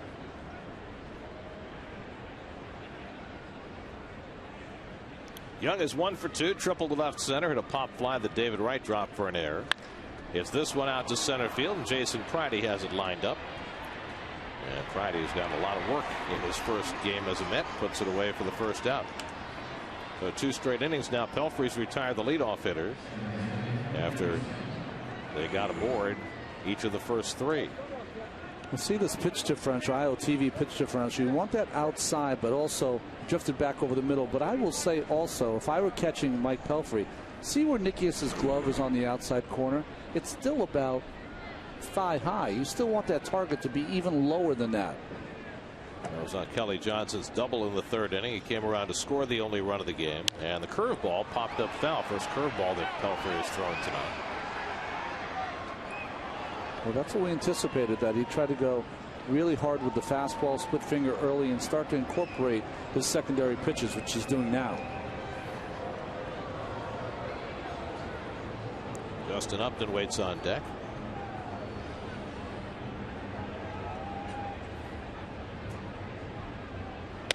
Johnson jumps back 1-1. Let's check in with Kevin. Talking to Kelly Johnson guys about Kirk Gibson and his stamp on the team, and he said what stands out more than anything, he does not go for the it's a long season plan. Not at all. He goes for every game is ultra important every day, and so he challenges us. He tries to make us be more prepared than we are. If we think we're prepared, we can do more, and a lot of times that has to do with watching more film. You'll pick up something else on the film, whether it's a pickoff move. Go watch some more of the bullpen guys, which a lot of players don't do. A lot of players watch the starter, but not the bullpen guys necessarily. So he said, you know what, it's tough. He's intense. May not work for everybody, but I think it works for this team. He said so far we've responded to it. I think it's been great so far. I asked J.J. Putz about him too. As you would expect, the adjective he used, guys, intense regarding Gibson. Well, that makes 2 for 2 in the dugouts for this series. Johnson hits one out to shallow right, and Beltran circles in. 2 away. You have to remember that Kirk Gibson, although he never did play pro, was one of the best football players at Michigan State of all time and could have easily played pro. So he has that intense football mentality from the start and played baseball like that also. He did. Well, you remember he was the MVP in 1988 despite having less than stellar statistics that year. You guys had a couple of guys on your team who certainly outshined him on paper. But the voters, what he brought to the table. Exactly. That was the difference. Here's Justin Upton, who's driven in the only run of the game. A fly ball double in the 3rd inning. But I think that Kevin raises an interesting point that Kelly Johnson brought up, and that is, how does that wear? Whether it's with a Kirk Gibson or a Terry Collins, when you have a very intense manager, it's a long season. Can that kind of thing wear out over the course of 162 games? If you're winning, it doesn't wear out. If you're losing, I think it wears out really quickly because, I'm not going to say today's athlete, but the guys who play today, they don't want to hear all that noise unless it translates into wins. It's almost backwards logic. If it works, then it's a good thing. I agree. Stephen Drew on deck. Pelfrey looking for a 1-2-3 inning. It would be his first of the night. 2-2 to Upton. Well, guys, it's not the perfect example, but in Atlanta, Bobby Cox certainly in control, but laid back. Freddie Gonzalez, I wouldn't say the intensity of Kirk Gibson, but much more hands-on than Bobby in a lot of areas early on. And the Braves are struggling a bit. Swing and a miss, and Pelfrey gets Upton. So Mike has his first 1-2-3 inning of the night. Second time he struck out Justin Upton. Halfway through, 1-0 Arizona.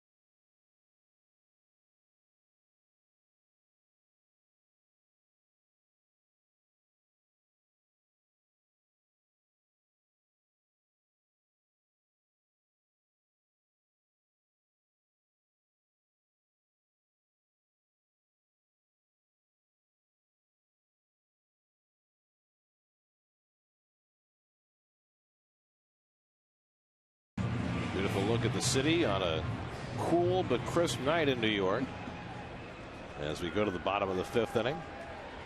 Mets down 1-0, and Ike Davis will get his second turn at bat against Joe Saunders, who struck him out looking on a breaking ball his first time up, and starts him off with a sinker. 0-1.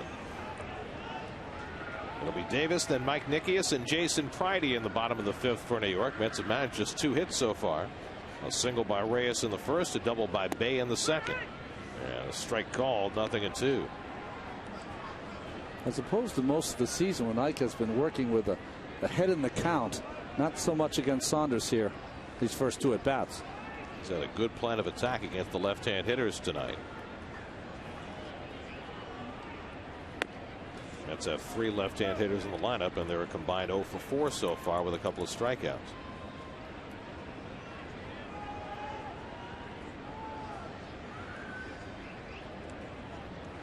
And Ike takes strike 3 called. Fastball on the outside corner, and he's called out for the second time. That's 3 strikeouts for Saunders.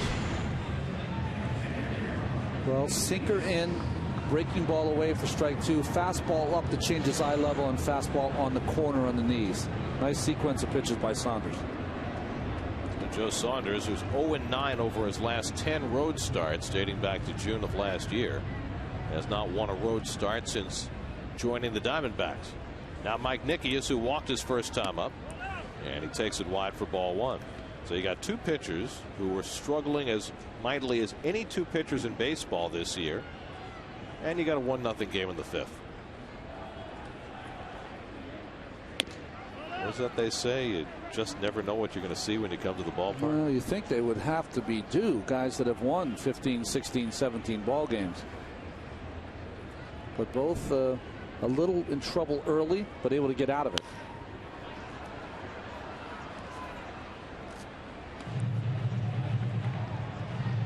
You know, most umpires will kind of rest and stand up straight until the pitcher's going to get ready to go. Greg Gibson's just the opposite. He gets in that athletic position, studying that pitcher, eyeball right on him where his release point's going to be. Just great concentration. I don't know how you can be a home plate umpire without having tremendous focus. I mean, you have to watch 250 odd pitches in the course of a game, and you can't ever lose that concentration. You got to really appreciate what he brings to the job. Look at him, just eyeballing that pitcher, not taking any eye off that strike zone. And Nickius works the count full.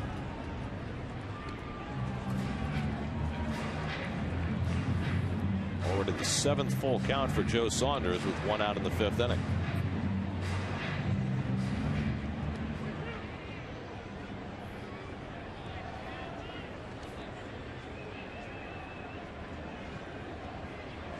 Now the 3-2, and Nickius pops one up. Kelly Johnson drifting and puts it away for the second out. So 2 out and nobody on in the home 5th inning. Now Jason Pridey. Pridey called up today from Buffalo when Angel Pagan went on the disabled list with a strained oblique.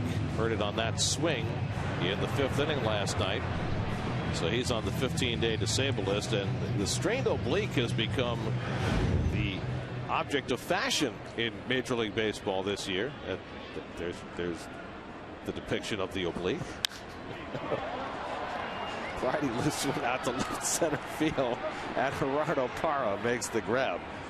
Not necessarily anatomically accurate, but a good look at the region that has caused so much attention to be paid to the oblique this year.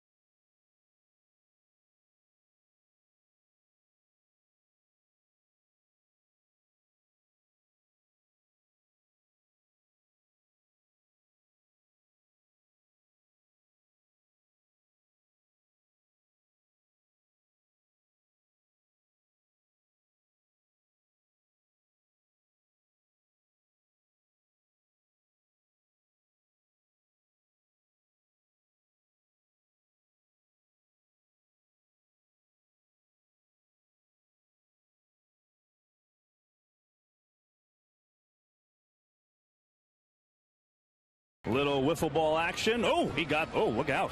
Lost the bat. That's dangerous, but he's going to go to first anyway. Having a little fun back at center field here at Citi Field, where the Diamondbacks lead the Mets 1-0. Guys were talking about the oblique injury. It's become a fashion of late. Angel Pagan on the DL. You know, last night after the game, he said, you know, it's not that bad, just precaution. Hopefully it'll be a day or two. But he said things changed dramatically this morning when he woke up. It was a lot worse after, you know, it stiffened up after a night of sleep. So he's on the DL. He says it's really a day-to-day thing. But he said, look, I'm not going to take this as a negative. I'm going to be positive and hopefully be back when this is all said and done.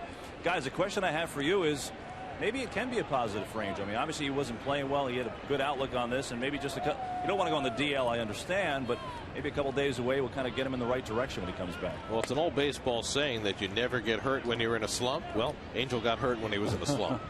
Well, I mean, you know, there's one way to look at it. I think that if Angel had his druthers, he's out there trying to fight his way out of that slump, and you know, it's going to be harsh if he has to sit out 30 or 40 days and then come back and you're still sitting on $161.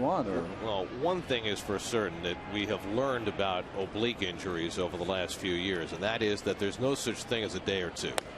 As Stephen Drew takes a strike 3-2. The Mets tried to nurse an oblique injury with Jose Reyes last year. It was the worst thing they could have possibly done. At this point, I think we've learned enough about obliques to know that once you've heard it, you go right on the DL and sit it out for a few weeks, and you know, you take it from there. I mean, with Jason Bay, it took nearly a month for him to come back, and that's pretty much the standard protocol these days. Yeah, and there was more optimism that he would come back earlier, but literally got hurt at the end of spring training, end of March, and comes back here at the end of April. And the other thing is for Pagan that, you know, in his career last year, when he had full health, it's been the exception in his major league career. As Drew pops one up, and David Wright, who dropped one earlier in the game, secures this one away. I mean, you go back to 06 when Pagan was with the Cubs, he had a torn hamstring. 07 he had a bout with colitis that really put a crimp in his season. In 08, his first year with the Mets, he made that dive into the stands in Dodger Stadium, tore his labrum, was out for the rest of the year.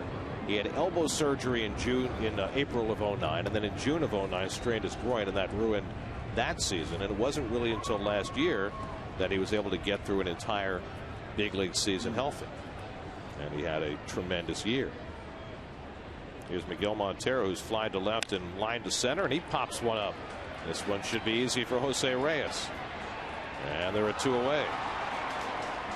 So 7 in a row retired by Mike Pelfrey. Let's check in with Chris Carlin. He's got a New York State Smokers Quit Line game break.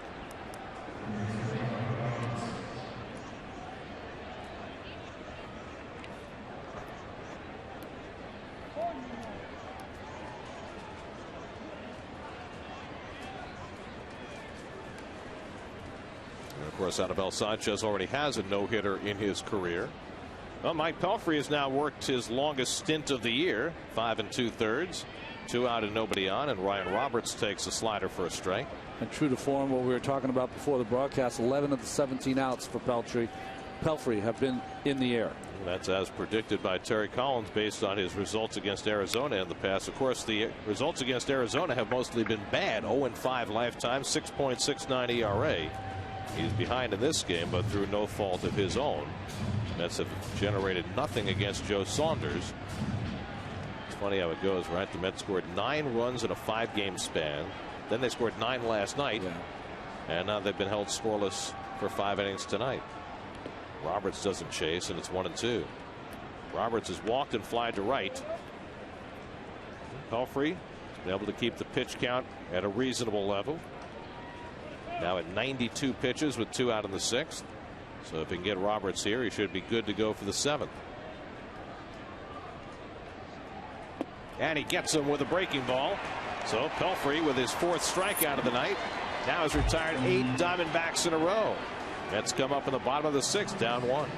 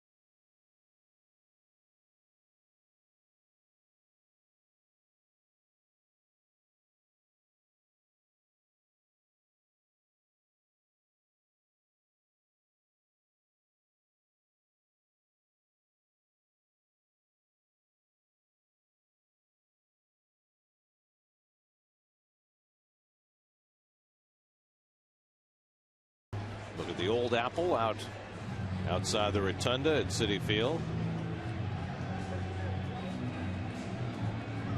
SNY is giving back to local youth baseball leagues with the SNY Play Ball Award presented by Sports Authority, offering $5,000 grants to in-need organizations to be used for new equipment, uniforms, or field improvements. The deadline to apply is June 15th. For details, visit sny.tv or any local Sports Authority location. Belfry hit the ball pretty hard his first time up, lined out to right field, and he takes a strike, 1-1. Not sure who that is in that bag. Guess it's a little cooler here than in the desert. Belfry hits one well to deep left center field. Back goes Parra, reaching out, and he makes another good catch. Mike Pelfrey hitting it a long way out to left center field, and Parra equal to that task. That's two good catches for Parra tonight. Yeah, we've seen some nice outfield play by the Diamondbacks here at Citi Field. Chris Young went back on the ball, very nice, and as you mentioned, Gary, two fine plays by Parra. A long run back in straightaway left against David Wright back in the fourth inning, and made a twisting grab. So one out in the home sixth, and here's Reyes up for the third time. Jose 1 for 2 tonight, and takes one off the plate. Reyes singled to center, was caught stealing in the first, fly to left in the third. Daniel Murphy hitting second in the order, waiting on deck. Mets have managed just 2 hits tonight against Joe Saunders, who had given up 23 hits in 15 2/3 coming in. Ronnie Polino got promoted to Buffalo. Went 0 for 6 yesterday in a doubleheader on his birthday, but made up for that tonight. Went 2 for 3 with an RBI single. 1-2 to Reyes. Polino, I think, is eligible to come off the disabled list Tuesday, where the Mets start their series in Washington. It's going to be very odd, though, for Polino. He only spent a few days with the Mets in spring training. Remember, he had visa problems at the beginning, and then the blood test came back and showed that he had anemia, and then he had the suspension to serve out. So he has not had much contact with the Mets pitching staff, which is going to be very tough for a catcher coming in. Reyes hits one toward the middle of the diamond, but Drew scoots over and throws him out, 2 away. Well, Gary, the one thing that might work to his advantage, because of the way the league is set up now, you see almost every pitcher as a hitter, which should help Ronnie Polino. But also, the learning curve is going to have to be very quick, because probably won't catch the knuckleballer. Totally will catch R.A. Dickey every time out. But it's not catching of the baseball. It's not knowing how to get down on a breaking ball in the dirt. It's really how to call the game and what a pitcher prefers. And for instance, we were talking earlier about Henry Blanco last year catching Mike Pelfrey, and now you've had Tolley and Nickius this year. To come in cold to catch a guy like Pelfrey, who wants somebody to direct him, that's going to be tough for a guy who hasn't really spent much time around the team. Although I think it will help that you have guys like Dan Warthen and the manager talking to Ronnie Polino and saying, hey, listen, call the game for him. David Wright hoping for a turn on deck. Murphy batting with 2 out and nobody on. And he takes it just off the plate, 2-1. Murphy's flying to center and grounded to second base. Getting the start against the left-hander tonight. And he rips one foul. 2-2. By the way, Anibal Sanchez has that no-hitter intact through 6, about to take the mound for the 7th against the Rockies of all teams. Been there before. Swing and a miss, and Murphy is down swinging. Fastball gets him. Strikeout number 4 for Joe Saunders. He's now retired 7 in a row. We're through 6. Still 1-0 D-backs.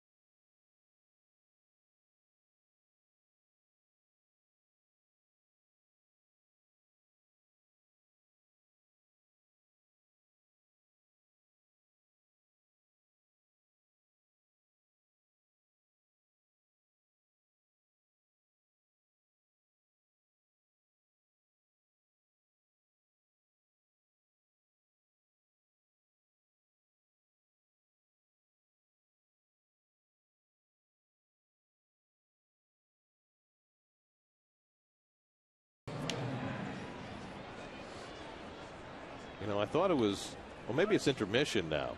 All that traffic in Times Square. That's not traffic. That's nothing there. Yeah. You got the pedicabs there. Have you seen those yet? Sure. That is quite a bumpy ride. And expensive. You know what a pedicab is to me? It's walking. Oh, that's right. Yes. I mean, who would take one? I've never been in one. Well, like it's a tourist kind of deal. Yeah, it's a one-time thing. Russell Branyan had a double his last time up, and he takes outside 2-0. I mean, it's one step removed from the rickshaw. That's right. Remember, that was Kramer's idea. That's how Keith gets around Sag Harbor, In a rickshaw? Yes. I thought it was in 2-1 to Branyan. I thought it was in something much more elegant. No, it's tricked up, this rickshaw. But, he's got a ton of minions there. Tons of minions there that will take him to his local haunts. There are minions in the Hamptons? Here's the 2-1. And a high fly ball hit the center. And Jason Pridey circles under it. And the two-handed catch for the first out. 9 in a row now retired by Mike Pelfrey.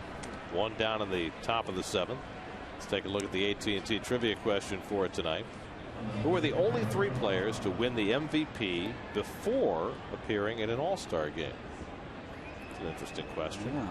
First you win the MVP, and then you go to the All-Star game. It's kind of like the Mets winning a World Series before they won an opening day game. Here's Gerardo Parra, who's 0 for 2, fly to center and grounded to second. Good changeup by Pelfrey, and it's 0-1. I have to tell you, I have absolutely no idea about this trivia question. Yeah, I was thinking that sometimes we have people that are on the field, like Kirk Gibson or.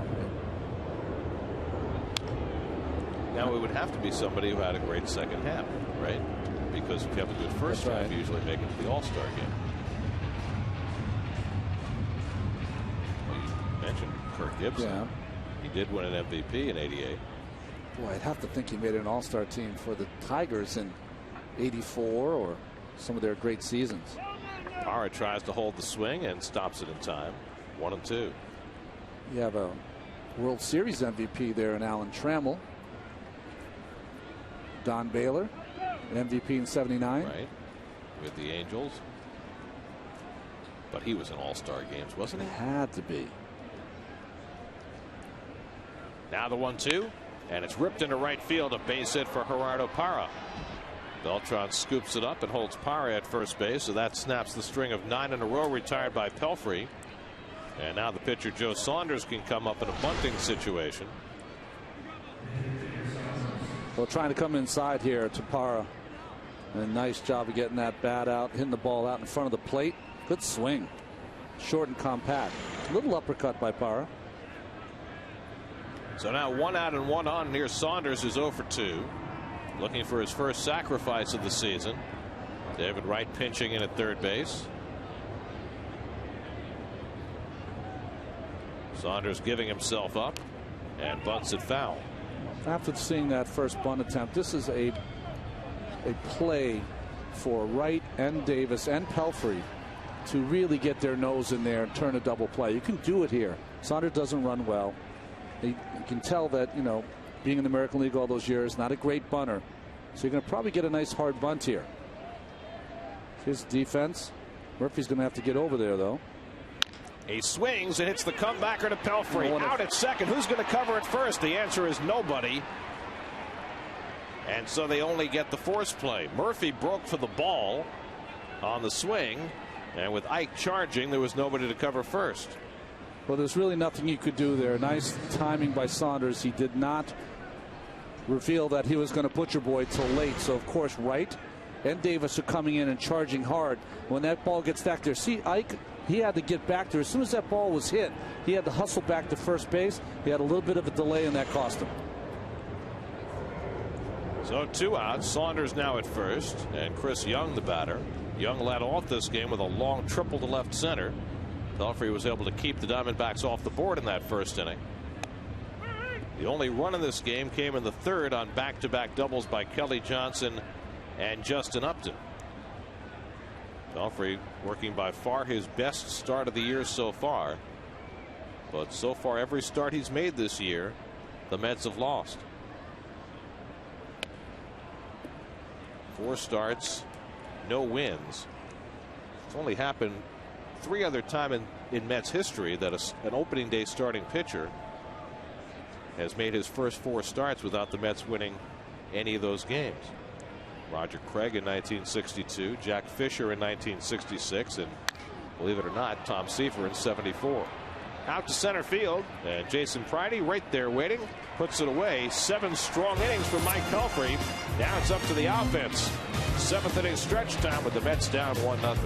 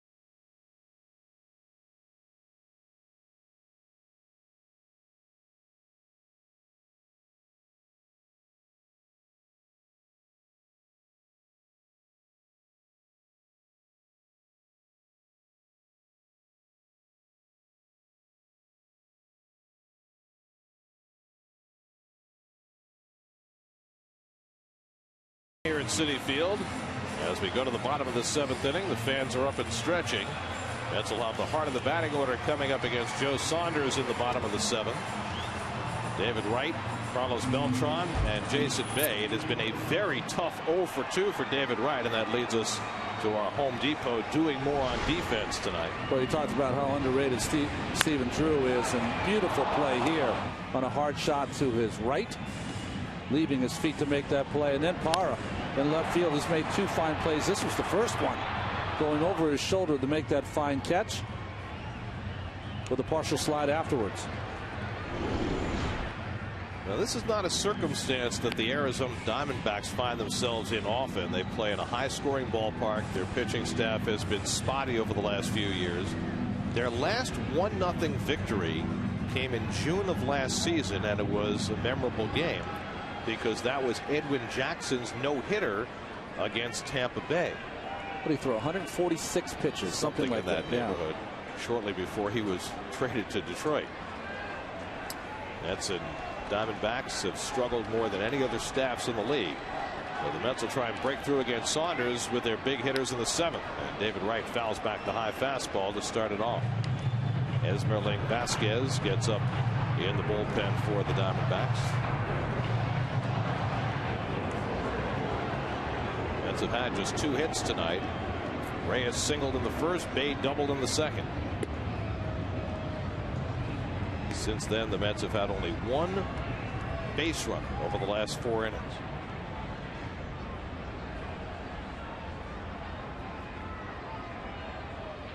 And Wright attacks another fastball and fouls it back 1-2. But Saunders is one of those pitchers that at the end of the game, and if he went 0 for 4, they call it a comfortable 0 for 4, where you're, how did I not get a hit? Well, you see David's getting great swings in this at bat, but he finds himself in a hole. And another high fastball he wouldn't chase, 2-2. David's home run last night was his 3rd of the year. And he's worked a full count. That's 8 full counts for Saunders tonight. Pitch count right at 100 for the evening. 3-2 to right. And he fouls it away.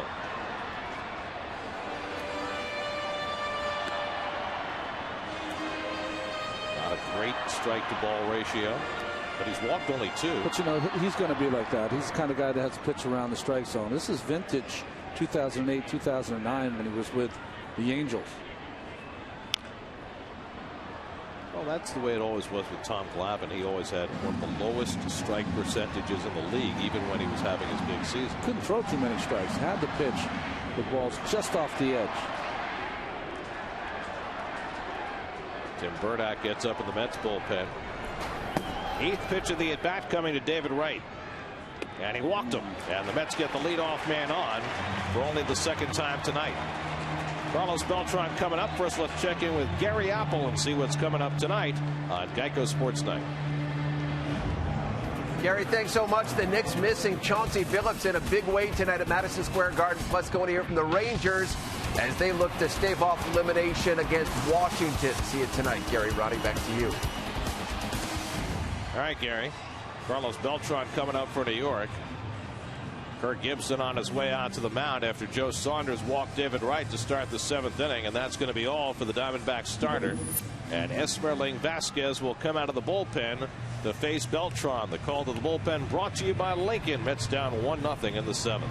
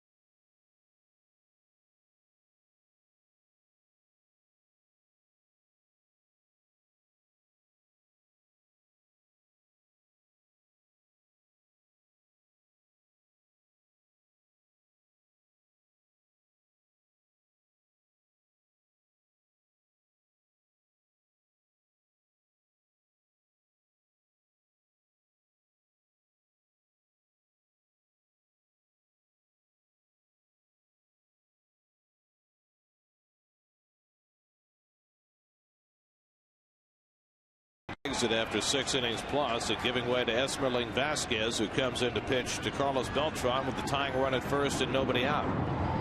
Beltran 0 for 1 on a walk tonight, and Vasquez fires a strike at the knees, 0-1. Well, Vasquez has been very good this season. Last year, pitching 57 games, 5.20 ERA. A guy that could walk a lot of batters, but has not done that this season. He's been one of their hotter relievers with J.J. Putz. Last year, 38 walks in 53 innings, but none so far this season. And Beltran late on the fastball, 0-2. Well, after Saunders, that fastball's got to look about 100 miles an hour. 93 there on the gun. Jason Bay waiting on deck. Vasquez gave up a long home run to Pablo Sandoval last Sunday against the Giants, but bounced back with a perfect inning against Cincinnati on Tuesday. Diamondbacks took 2 out of 3 in that series from the Reds. Up and away to Beltran, 1-2. You know, David in this instance, one run behind, definitely can go on Vasquez. Taking Saunders out gives you a much better chance of stealing the base. He takes a long time to deliver the ball, but you might want to stay just for Beltran to keep that hole open.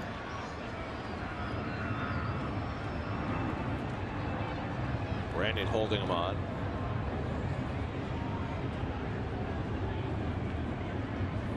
And Vasquez stepping off to blunt his running ability. You folks at home, that play is called from the bench. Hold it as long as you can and just fake the first. David has 2 steals this year. He's not been caught.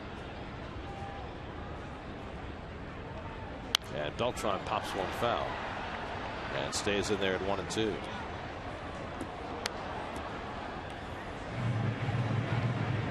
Carlos has all his home runs as a right-hand batter, but he's hitting 50 points higher from the left side this year. 300 as a left-hand hitter.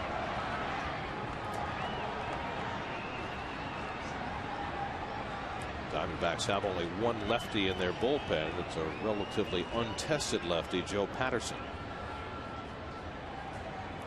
1-2 to Beltran outside, and it's 2-2. Mets have worked a lot of long counts in this game, but they've yet to reap the benefits. 2 hits and 3 walks. That's been it. Mets have not had a runner to third base in this game. Only once have they had a runner to second.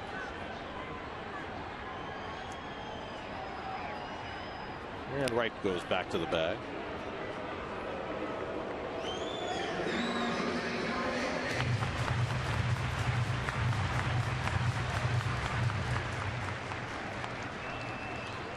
'27-year-old Esmeralda Vasquez pitching to Carlos Beltran with nobody out. And it's in the dirt. Nice stop by Montero to keep Wright at first base. Not sure exactly how he stopped this ball. Well, it's a fortunate stop by Montero. It's a pitch that hits in front of the plate, kind of a breaking ball. See how he just backhands it. Doesn't get his body in front. Doesn't block it traditionally like most catchers do. And just very fortunate. Montero known more for his bat than for his defense. Showed that there. Let's see if Wright is running now with 3-2 and nobody out. He goes, and Beltran pops it up. And Wright will have to move on back as Kelly Johnson makes the call. And the catch, one away. So yet another 3-2 count, but another good result for the Diamondbacks. And Beltran retired to bring up Jason Bay. Bay tonight has doubled down the right field line and bounced into a double play, 1 for 2. Now with the hole not as prevalent with the right-handed hitter Bay, this is a time that David, early in the count, hopefully can get a good read and take a chance.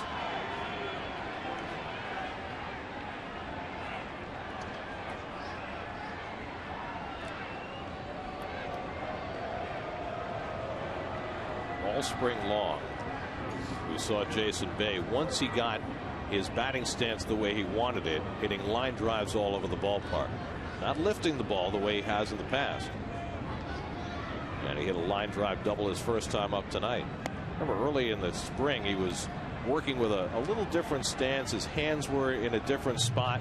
But at one point about 2 weeks into spring training he scrapped all that and went back to what he's always done. Well, I think one of the things he was doing is working the ball up the middle and getting that front foot down early.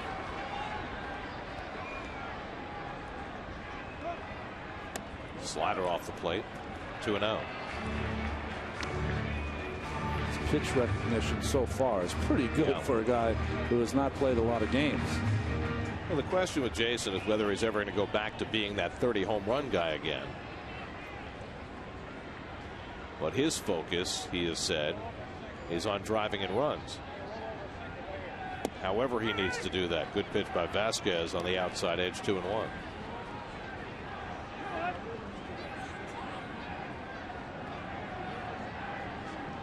Takes a long look down at Chip Hale to see what might be on here. It's Alan Trammell with the signs of the catcher. Throw over, slide step, all trying to hold right. A generous strike for Vasquez, and it's 2-2.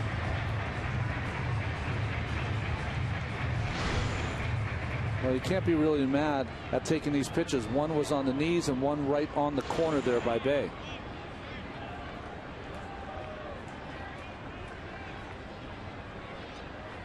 So now it's 2-2 to Jason with Wright at first and one out.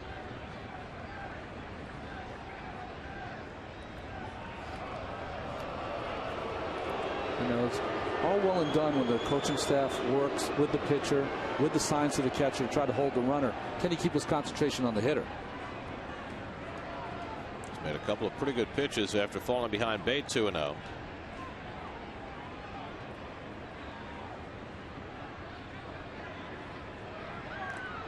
Spending a lot of time concerned with David Wright.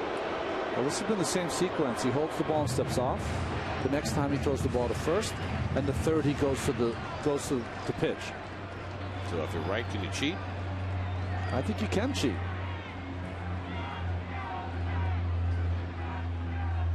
David runs, and base strikes out. The throw to second not nearly in time. So David Wright steals the base. Base strikes out for the second out of the inning.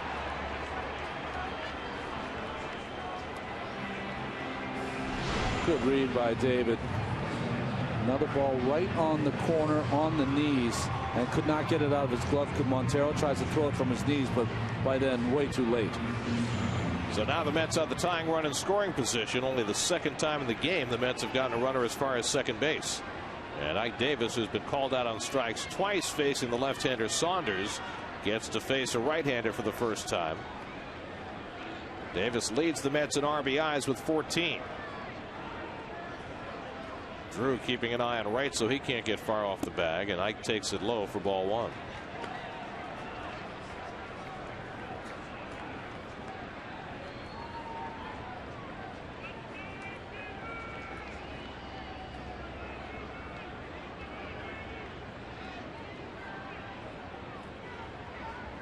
Drew just making sure David can't get much of a lead.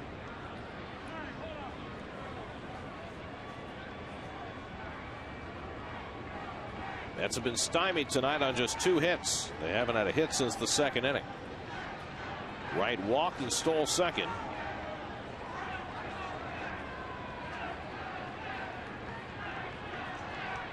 And now Ike hits one to center field and deep. Back goes Young, racing back, warning track, and it's off the fence and bouncing away. Wright scores the tying run. Davis to second. He'll stop there with an RBI double, and the Mets are even at 1-1. Ike Davis with a big 2-out hit. Almost had himself a 2-run homer, and he'll settle for a game-tying double. Well, it's nice to see Ike going up the middle in last night's game with that 430-foot home run. Classic swing. Jumps all over that fastball in the middle of the plate. And boy, it almost looked like it was over that orange line. Terry Collins has come out and asked the umpires to get together. I thought it was a home run when I first saw it with the naked eye. Well, the umpires are going to group and see whether they think it warrants a replay. Got to take a look at that again. I thought it was off the fence, but perhaps they're going to take a look on replay and make sure. Have to keep it a play. Yep. So the umpires head off, and we'll take a couple more views of it. Yeah, that's a home run. You're right. It's over the orange line. It was a home run. That's a home run. Yep. The replay appears to indicate that it's a 2-run homer, and that would give the Mets the lead. So the umpires are going down into the video room, where they'll be shown every available angle of that ball to see whether indeed it's a home run or whether it stands as a double. Alert for Terry to get out there immediately, because that's one of those things you don't want to linger and go out there later. Sometimes the umpires won't go for it. Ike, could he have 2 in him in 2 days? Well, Ike hit one unquestionably beyond the line last night. This one in a much more important spot. If it's a home run, it gives the Mets the lead. Let's look at the Coors Light freeze cam. Get a little better look. Yeah, that certainly appeared to be above the orange line.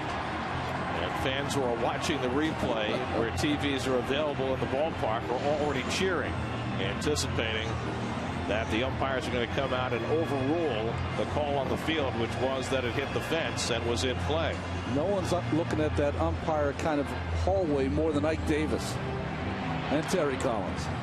Well, we're presuming that the umpires have already been shown the replay that we have just witnessed a couple of times. think Dan Worthen went out to Terry to let him know he saw the replay. Here come the umpires up the tunnel, and we'll get the signal in just a moment. Jerry Davis, the crew chief, leading the way, and it's a home run. Ike Davis with a 2-run homer has given the Mets the lead in the bottom of the 7th inning. Daniel Murphy, who won one on review last year here at Citi Field, cheering in the dugout. Ike Davis's 3rd home run of the year, a 2-run shot, and it puts the Mets up 2-1. Kind of a lethargic game for the Mets offense. Joe Saunders with some really good pitching, and occasionally you just need a big bomb from your best players. Mets get it there in the 7th. David Wright led off the inning with a walk, and a 2-out home run from Ike Davis survived a review, and the Mets lead 2-1. Now Mike Nickius, who homered last night, takes low and away from Vasquez 1-0. So Joe Saunders left after 6 innings plus, had a shutout intact. His book is now closed. He'll get a no decision. He's charged with a run on 2 hits. Jason Isringhausen getting ready to pitch in the 8th. Nickius floats one into right center, and that falls for a base hit. So after the Davis home run, Nickius keeps the inning alive with his 4th hit of the year. Well, Vasquez is trying to pitch Ike Davis in, but this ball up and away, not close. 2 feet difference in that IOTV pitch differential.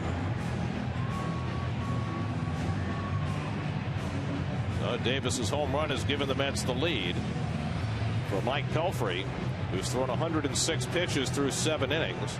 The number 8 hitter Jason Pridey is coming up.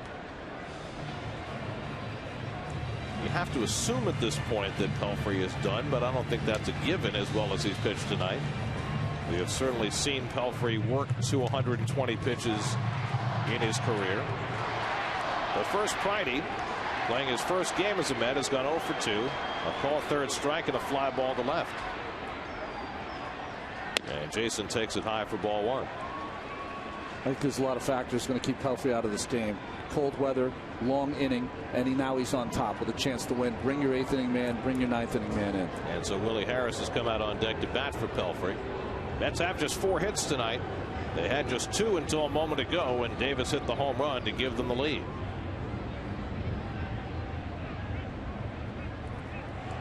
And the machinations begin again with Vasquez, with a guy at first base, Nickius, who's not going anywhere.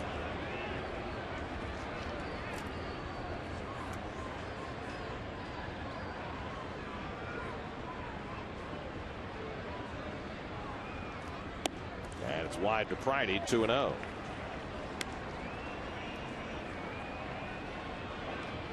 The Mets making the most of very little tonight with the Davis home run. Ike now with 3 home runs and 16 runs batted in. The Mets are playing their 20th game tonight. And for a team that's been offensively challenged for the last week or so, it's a pretty nifty RBI total. Well, no better time than this. Against his hometown team, 2-1 count. You know he's going to get a fastball for Pridey to get his first hit. With Nickius at first and 2 down.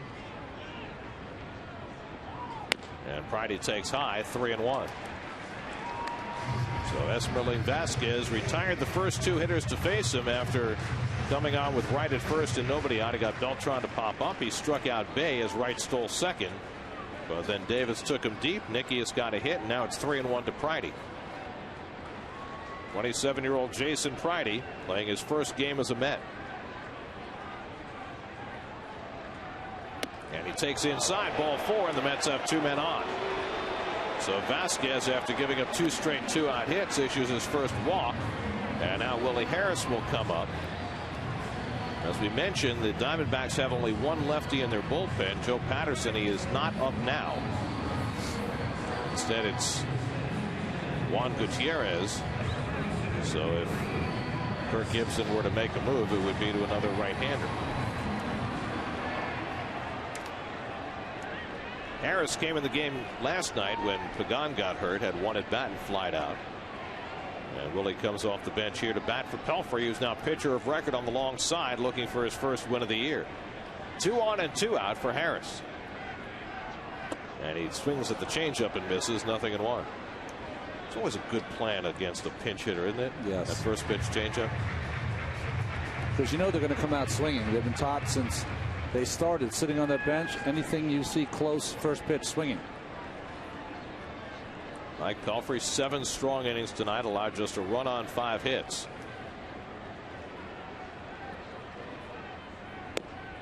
And Harris takes a strike, and it's 0-2.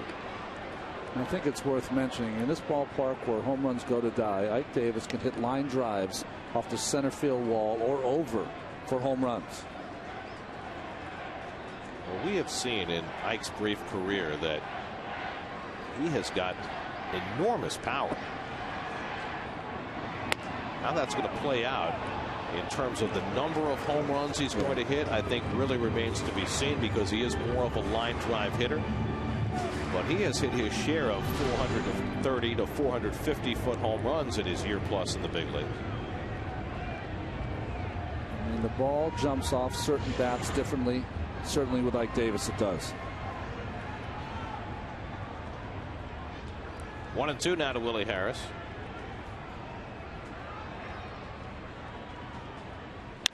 And he lifts one out to left center field. And the left fielder Parrott takes charge. Side retired, but the Mets grab the lead. It took a minute and a half of review to get it turned in the Mets direction. But Ike Davis gets credit for a 2-run homer, his 3rd home run of the season, and it's given the Mets a 2-1 lead after 7.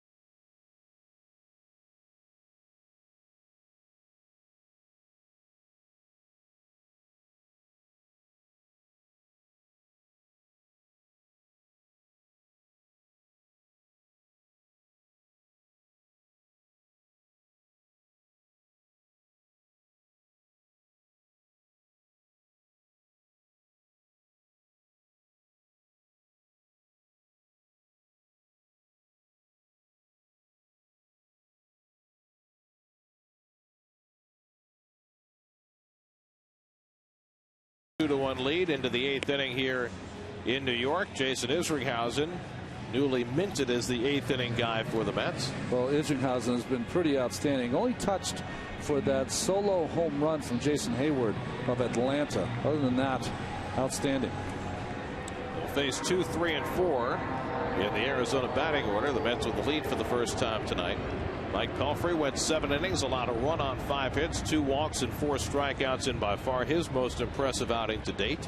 And now Isringhausen trying to make it stand up in the 8th. Kelly Johnson 1 for 2 and a walk, doubled and scored the only Diamondbacks run back in the 3rd. 38-year-old Jason Isringhausen has been very effective in his 2nd tour of duty as a Met, as Johnson lifts one foul down the left side, and that'll settle in the seats. 1-1. Behind Johnson, Justin Upton and Stephen Drew for the Diamondbacks in the 8th. Arizona's been playing a lot of close games early in the season. They've already played 9 games decided by 2 runs or less, and they're 6-3 in those 9.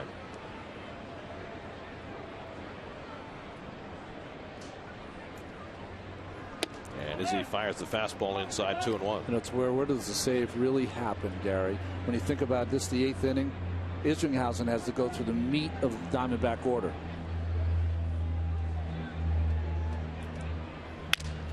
Off the fists, and David Wright is right there as Johnson never got out of the batter's box. And David throws him out, 1 away. Let's check in with the studio. Chris Carlin, a New York State Smokers Quit Line game break.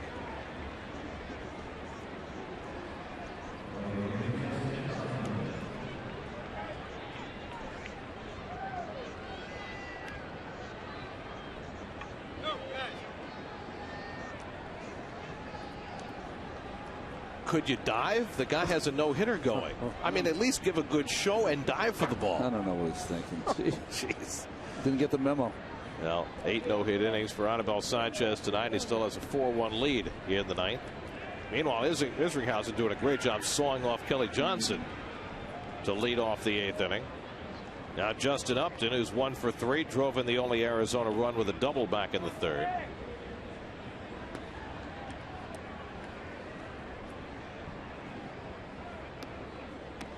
Well, Upton in his short career has shown that when he's on top of his game, he has as much power to right field and right center as he does pulling the baseball. Which is great in Arizona, where the ball flies out to right. Maybe not such a great idea here, unless you hit it right down the line. I mean, when you think about hitters' parks in the National League, you naturally think of Colorado, Cincinnati, Philadelphia. I don't think people necessarily think of Arizona as being a great hitter's park, but particularly with the roof open, it is. Well, there's 2 ways that it's really a great hitter's park. One, the ball carries, and secondly, probably the fastest infield in baseball. So those ground balls that are turned into double plays get through for base hits. Isringhausen with shoulders broad enough to carry that name off. Interesting there. Upton had a much better swing at the curveball than he did taking that fastball away.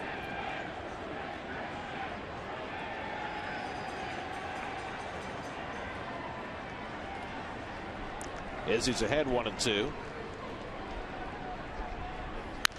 And it's hit to center field. Friday drifting over. Plenty of room. Puts it away. 2 out.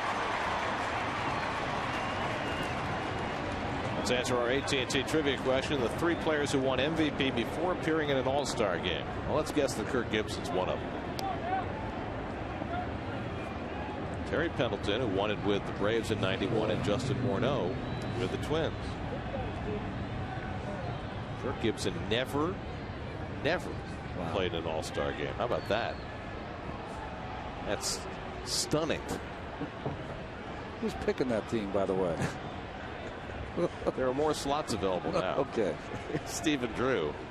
And he takes the curveball for a strike. Drew is 0 for 3 tonight. Came in a red-hot hitter, but was held in check by Mike Pelfrey, who got him on a couple of pop-ups and a fly ball tonight. Mike was all about the ball in the air tonight. He only got 3 ground ball outs in 7 innings of work. Pitching to your ballpark, I guess. It's a good plan. In at the knees for a strike, and Isringhausen's ahead 0-2 on Drew.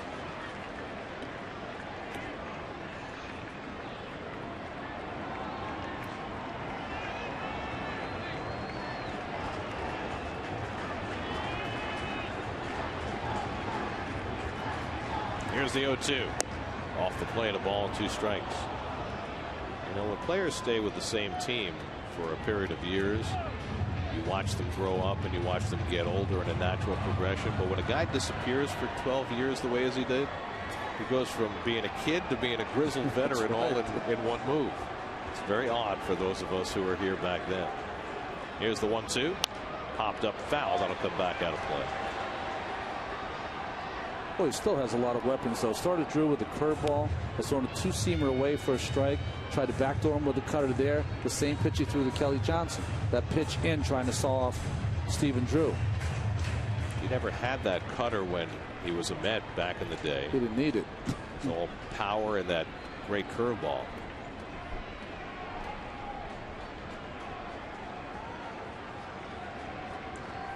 Now the 1-2. And Drew watches the curveball in the dirt. 2-2.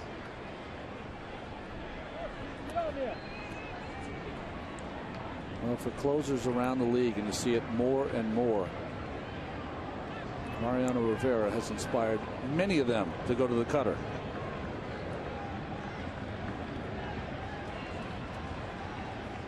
Francisco Rodriguez, Tim Burdack, both up in the Mets bullpen. 2-2 to Drew, and that's low, ball 3. So a full count to Drew. And you got the left-hand hitter Miguel Montero on deck. But you have to believe that if Terry Collins needs to relieve Isringhausen here with 2 out in the 8th, that it would be K-Rod and not Burdack. He's already used K-Rod for a 4-out save this year. 3-2 now to Drew, and he fists one foul. Isringhausen getting that cutter right in on his fists. Boy, he fouled that off his knee, or he fouled it about as high as you can foul a pitch if you're a left-handed hitter. Well, if he hadn't swung at it, it might have hit him. That's right. Let's see where he fouls this pitch off. Waist high, pulls the bat in, hits it right off his right knee. Looks like he has a little pad there, though, on that right knee. Might have helped. I think he hit it above the knee, and that's why he's stretching out that quad. That little bruise there. We'll have some Wally Whitehurst seams on his leg after the game. Drew trying to shake it off. 3 Drew brothers, and all 3 were #1 draft picks. JD the first, then Steven, and Tim. Pitcher. The only one of the 3 that has not had a successful major league career. 3-2 from Izzy, and Drew just gets a piece of that one to hang in there.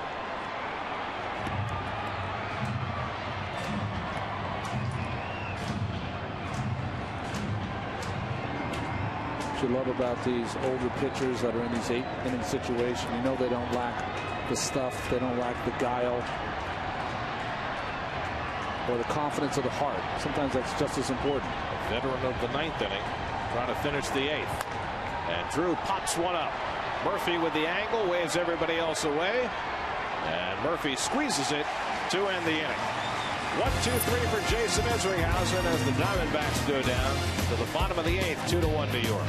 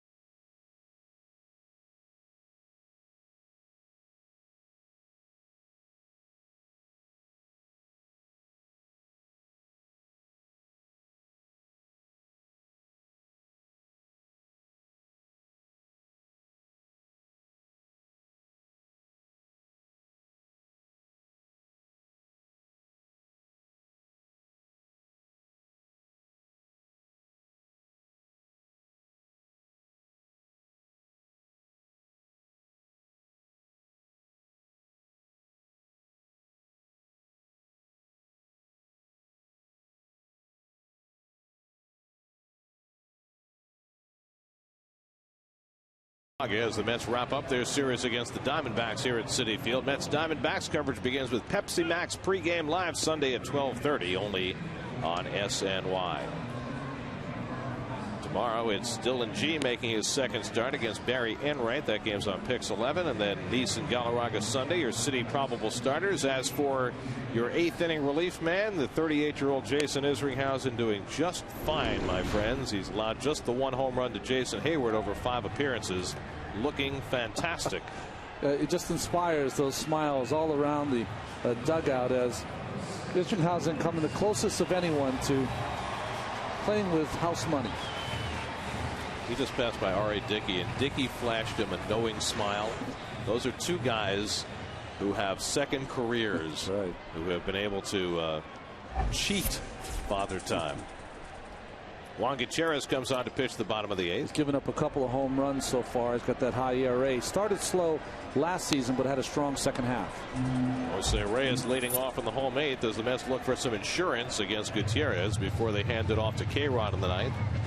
Reyes 1 for 3, singled and was caught stealing back in the first. 28 hits already for Reyes over the first 20 games of the year. And a breaking ball by Gutierrez misses 1-1.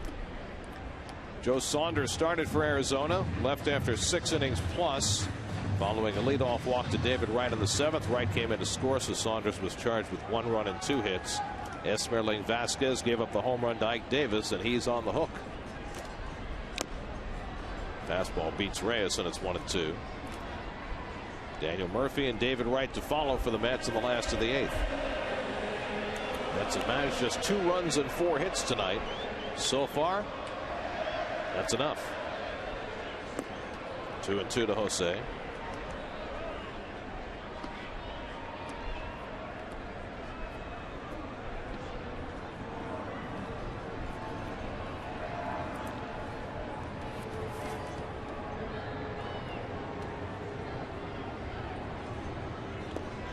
Mets won 3 straight games after an opening night loss in Florida. They have not put together back-to-back wins since. Larry Collins wasn't around for the finish of the victory last night. Said he wore out the carpeting in the clubhouse going from TV to TV, trying to keep his nerves from getting the best of him. Reyes hits one back off the glove of Gutierrez, and Reyes is safe at first. Looked like the easiest of plays for Juan Gutierrez, and he just flubbed it. Well, for you guys at home, this is what happens when you nonchalant the baseball. Just a comebacker to Gutierrez, kind of nonchalants it and played it into, it's got to be an error, I would think. Yes. It's just bad. And he knew it. So the Mets, looking for insurance, have Reyes aboard to start the bottom of the 8th. Murphy, the batter, is 0 for 3. And Reyes back easily, only had a short lead that time. Jose was caught stealing for the first time this season by Joe Saunders, who picked him off, and Russell Branyan threw him out at second back in the first inning. So Reyes is now 8 for 9.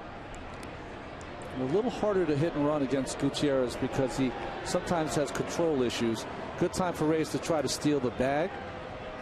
Might be interesting to see if Murphy's going to lay down a bunt here to try to push across and play for a single run. Well, not bunting on the first pitch. And the way Murphy's been swinging the bat, I agree. I think if you're not going to play hit and run, you just let him swing away. David Wright and Carlos Beltran to follow here in the bottom of the 8th. And Murphy watches the fastball wide, 2-0.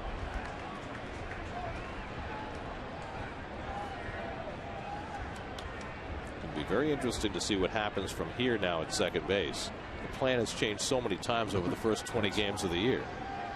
To see whether Murphy will get more starts against lefties. Outside, it's ball 3. Second base in that second hole in the lineup.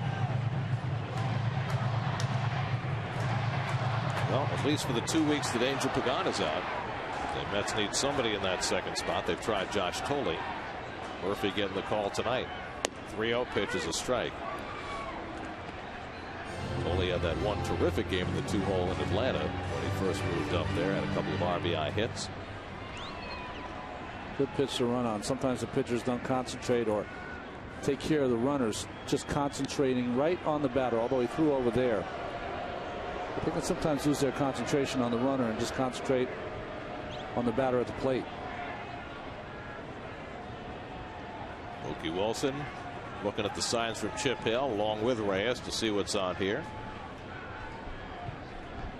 Now the 3-1, and Murphy swings and misses at the fastball. 3-2. So Reyes was not running on 3-1, but you have to figure he's a dead cinch to run 3-2.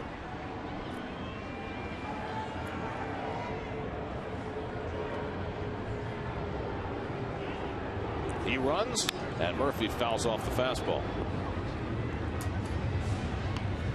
Mets are 1 for 2 stealing bases tonight. Reyes was caught in the first. Wright stole the base in the 7th.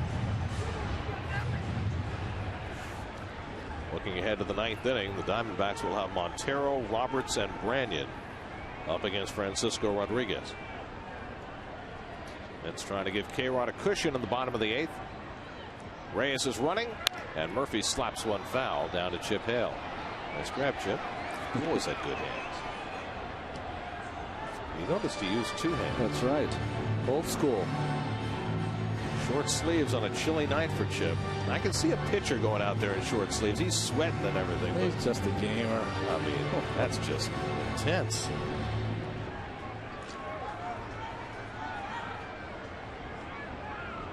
Eighth pitch of the at-bat coming to Murphy as Reyes takes off, and Murphy fouls off another one. 95 miles an hour from Gutierrez that time. He almost hit that out of the catcher's mitt.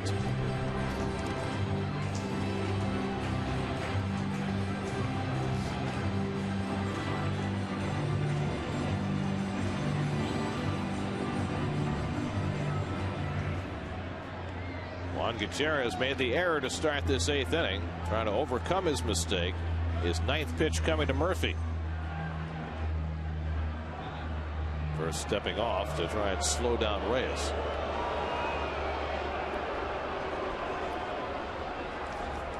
Mets have run an enormous number of 3-2 counts tonight. I believe this is the 10th. Wow. There goes Reyes, and Murphy lines a base hit into right field. Reyes pulls in at second, and the Mets have the first 2 men on in the bottom of the 8th. What a turn it back for Daniel Murphy. Oh, nice swinging by Murph. Catches that ball in the middle of the plate. Level swing and a lean out to right field. It was interesting here that Jose, who was running, stopped because of the line drive. But really, if it's a line drive to the infield, there's nothing you can do anyway. So continue on. So now a chance for David Wright with 2 men on. I'm saying you get this jump and you're trying to steal the bag. And once you go, see he's going here. Oh, he didn't go. He only went halfway and stopped. They put the hold on him. That's the whole difference in the play. Interesting. We saw Terry Collins before that last pitch kind of put his hands up. I guess that was a pretty basic sign. So here's Wright. David 0 for 2, walked, stole a base, and scored in front of Ike Davis's home run in the 7th. His 2 outs were hard outs. Are they playing for the bunt? Are they kidding? The Diamondbacks were playing looking for David Wright to bunt. And he almost caught someone in the infield. Going to get killed with a line drive. David Wright is not bunting, never going to bunt. Never has. Unless he bunts on his own. That was the only time it will happen. He's looking to hit a 3-run bomb here. They're still shortened up at third base.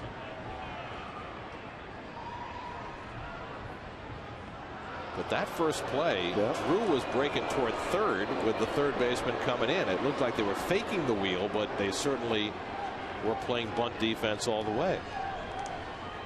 Stunning. Robert Johnson goes to the bag at second. Reyes right there. Diamondbacks thinking too much. They need for Gutierrez to make a big pitch right here. Get a ground ball. That's what he should be thinking about. 0-1 to right, and David pulls one foul. Might have broken his bat. And it's 0-2. And he did break it. You know, thinking about this, you have your advanced scouts that watch teams around the league, and there can't be one scout who's ever seen David bunt in that situation. You're up 2-1. Really what you're trying to do is pile on here. Now, listen, if you're down at the bottom of the order, yeah, maybe you do bunt him over, maybe try to get him in. David Wright has nearly 3,800 major league at bats, 0 sacrifice bunts. There you go. That's on the back of his baseball card and everything. 0-2 now to David. They're very shallow in center field with Chris Young. And he takes the fastball high, 1-2. I mean, Young goes back on balls well and plays relatively shallow, but he is especially shallow against Wright with a runner at second base. Well, maybe shallowing up as you see Patterson warming up. Maybe coming a little shallow, maybe to have a play at the plate, but that's very doubtful with Reyes. Yeah. Unless he doesn't get a good jump. Breaking ball low and away, and it's 2-2 to Wright.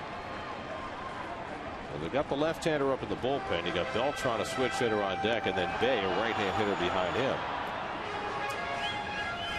They get the lefty ready. It's more toward Ike Davis, you would think. Ike has the big hit in this game, a 2-run homer in the 7th. But the Mets with a chance for more here in the 8th. 2-2 to Wright with 2 on and nobody out. And it's to the backstop. Reyes heads for third. The throw by Montero goes into left field. Not very far. Drew recovers. Now Reyes trying to get back to third, and he does. Wow.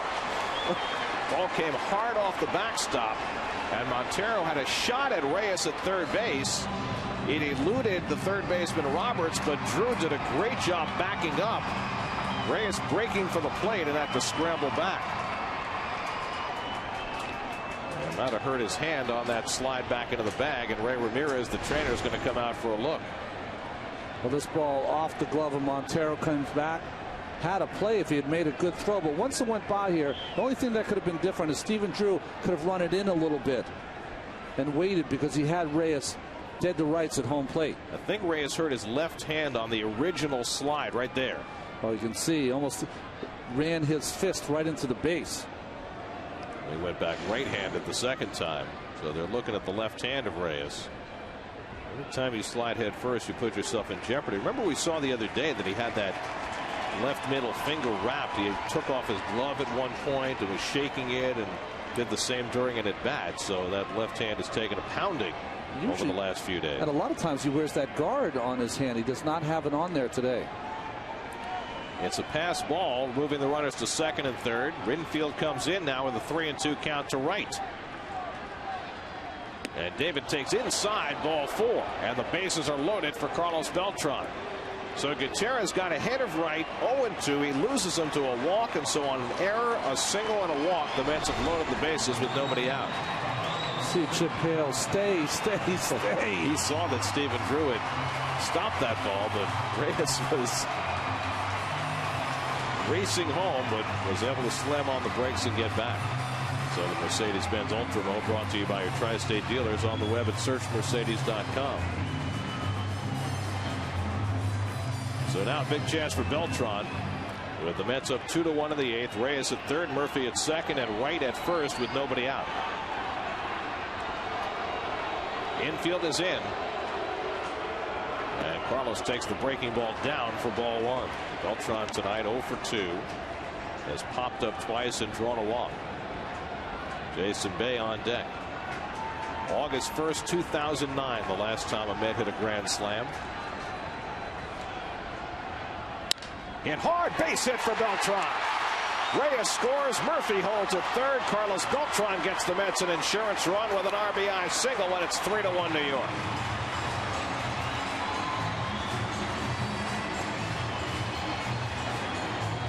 Ninth run batted in for Carlos, and still nobody out. Out over the plate, middle, thigh high, bullet through the infield. And this inning started with a harmless one hopper to the pitcher who couldn't field it. Gutierrez in huge trouble. Now Jason Bay in the infield stays in. Still nobody out with the bases full. And Bay takes a fastball for a strike. Swing doesn't get much prettier when Carlos is on the baseball. Quick bat. You'll see a lot of line drives.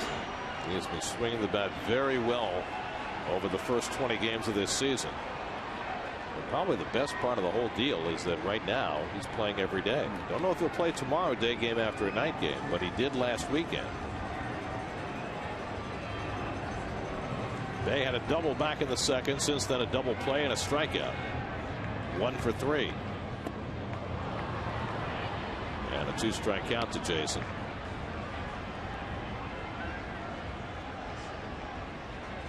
Mets now with a 2-run lead and a chance to break the thing open. Ike Davis waiting on deck.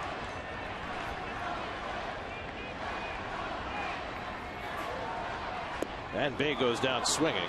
Breaking ball by Gutierrez gets him for the first out of the inning.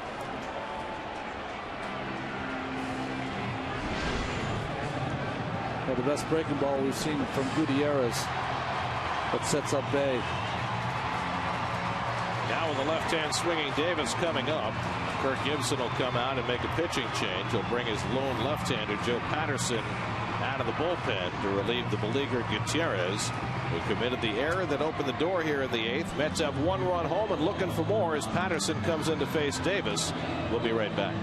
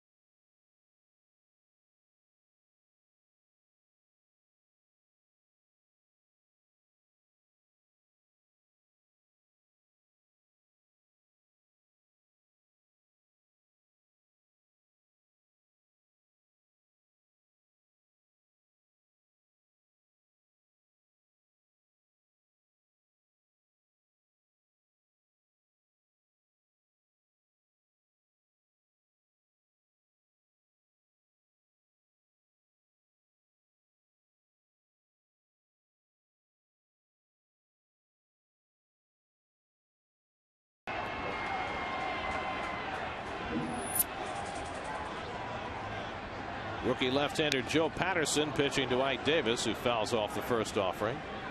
Patterson tough on left-handers. You can see that sidearm delivery and that big curveball. First Rule 5 draft pick to make the opening day roster, and first opening day roster for Joe Patterson. Rule 5 pick from the Giants organization. 10th round pick out of Oregon State. College World Series champion. He was Eddie Coons' teammate with the Beavers. Sidewinding delivery, and Ike flailing at it 0-2. I mean, you've never seen this guy before, and you see him throwing by way of first base. And of course, Ike wears his heart on his sleeve. Well, Ike has the biggest hit of this game by far.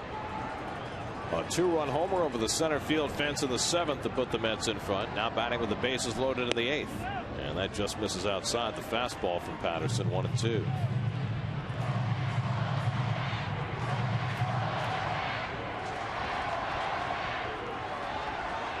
Mike Nickius on deck. And it's low and away, 2-2. Mets have a run home here in the 8th.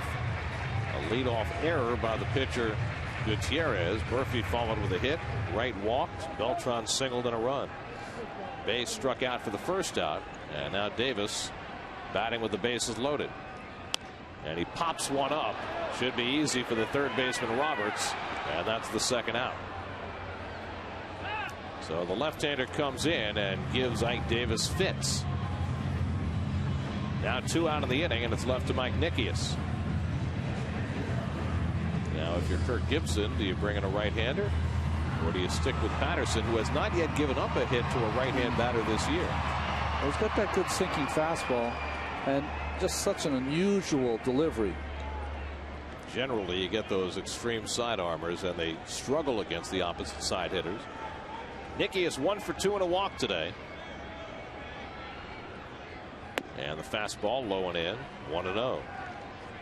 Sam Demmel is up in the bullpen now for Arizona. You have to say this is as no-name a bullpen as any team in the National League. It's like it didn't work last year. Let's blow it up and start all over. Well, their closer J.J. Putz, the former Met, off to a great start. Fastball for a strike. Nice to see J.J. doing well. He's a terrific guy and was basically hurt the entire time he was a Met. And tried to pitch through it also. He was damaged goods when the Mets got him, as it turned out. Tried for 2 months and then finally went to the sidelines. Nickias hits it down to third. Roberts boots it, and a run comes in. And it's 4-1 New York. Second error of the inning committed by the Diamondbacks. And the Mets have 2 on the board in the 8th thanks to shoddy Arizona fielding.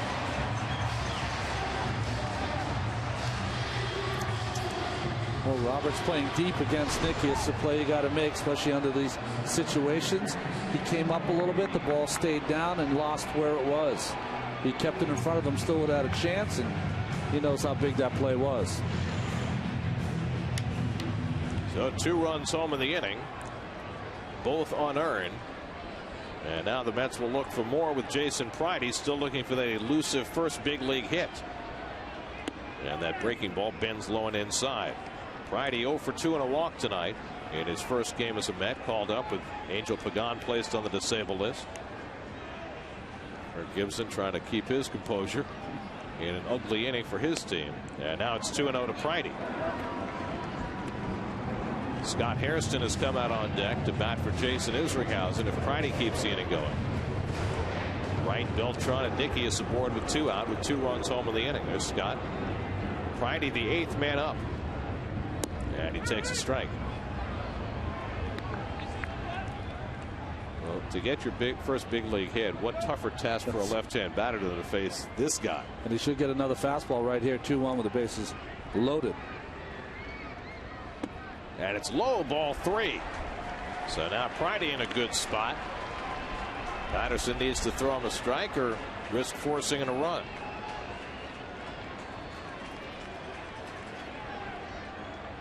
A name like Patterson with 1 T should be from New Jersey. There's a strike, 3-2. Now the merry-go-round will be in motion. 3-2 and 2 down. Wright, Beltran, and Nickias will all be on the move. 3-2 to Pride. And he loops one to shallow left. Drew going out, and he makes the grab to end the inning. But the Mets cash 2 unearned runs in the bottom of the 8th. And the man Francisco Rodriguez a 3-run lead as we go to the 9th at Citi Field.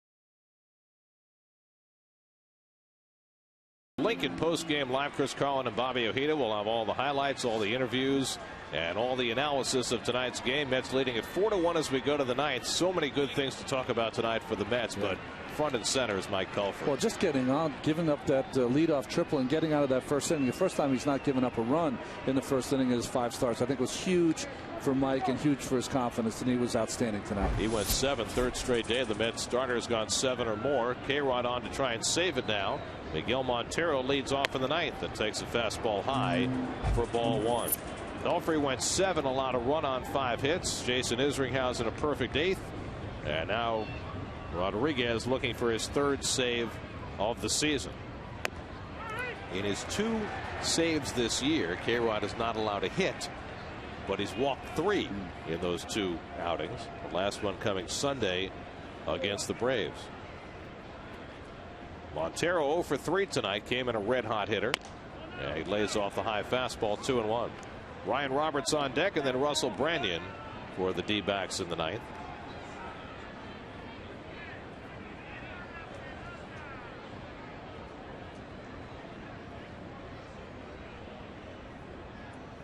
And Montero takes a fastball for a strike. So a little different program from K-Rod. Lots of fastballs. Well, 2-1, it might have been a different story, but here with a 3-run lead going after Montero.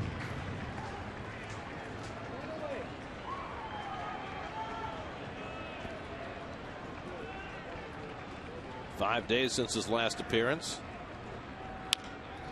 And it's dribbled up the line. Davis fields. K-Rod covers. 1 away.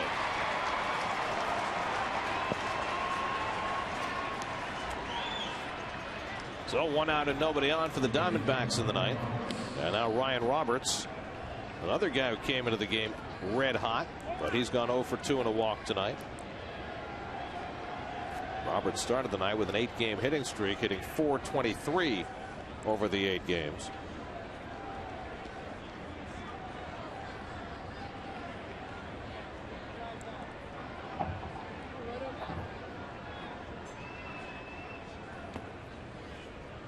Ball 1 to Roberts. Tomorrow afternoon, Dylan G makes his 2nd start of the year. Barry Enright pitches for Arizona.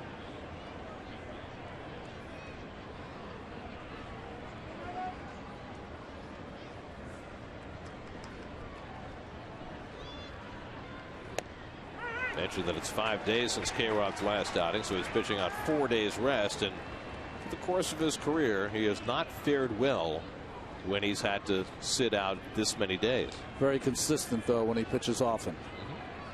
Well, this is why Terry Collins is committed to getting him in there for the most part every 3rd or 4th day.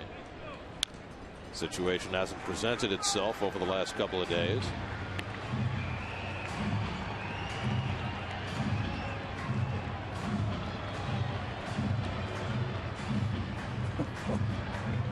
Can't stay still. That's why he wore out the carpet last night.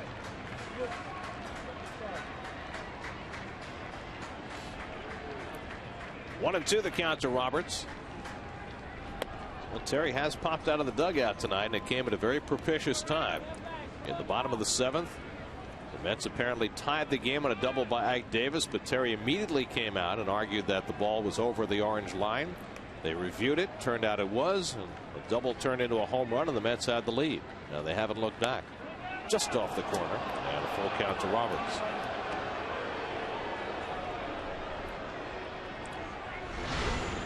Pretty good pitch, but good call by Greg Gibson, who's had a real nice night. He has been right on that strike zone.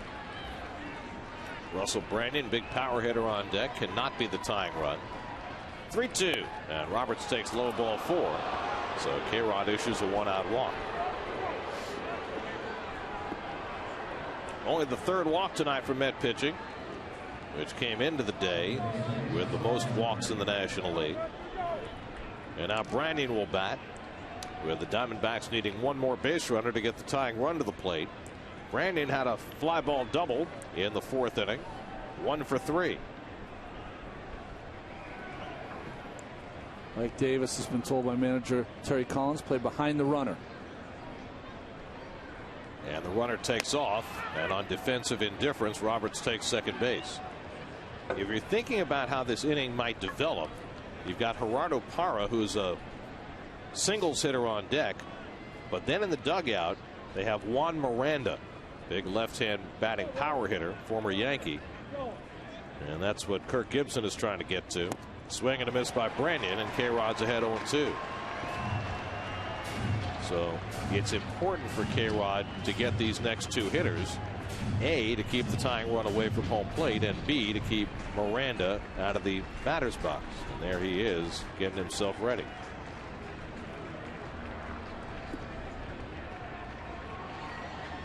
Oh, 0-2 to Branyan, and he lays off the changeup. 1-2.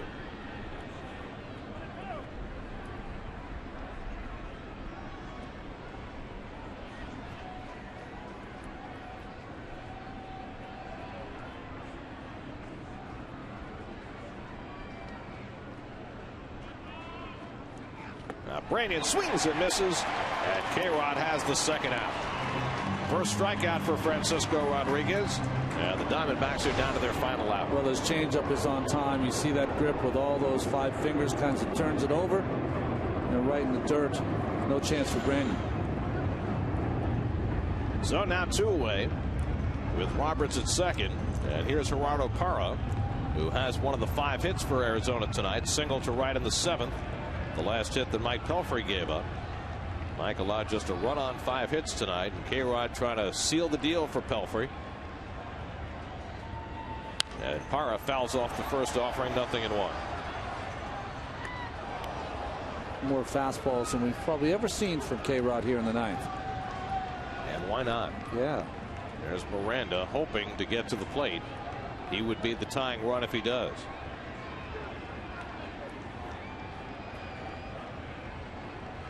Oh, 0-1 to Parra, and it's below the knees. 1-1.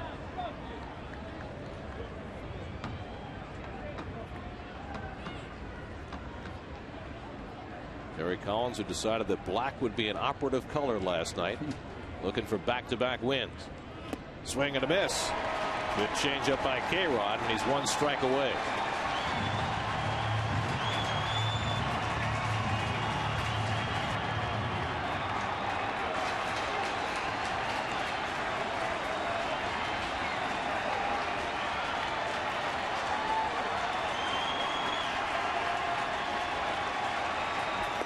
Struck him out, and the ball game is over. Francisco Rodriguez seals the deal with back-to-back strikeouts. Mike Pelfrey has his first win of the year. Ike Davis with a big home run, and the Mets have won 2 straight as they beat the Diamondbacks 4-1. Well, some great things happened for the Mets today. That rally, of course, with a home run by Davis, but also seems like they might have a dependable veteran in the 8th inning with Isringhausen, his fine inning tonight.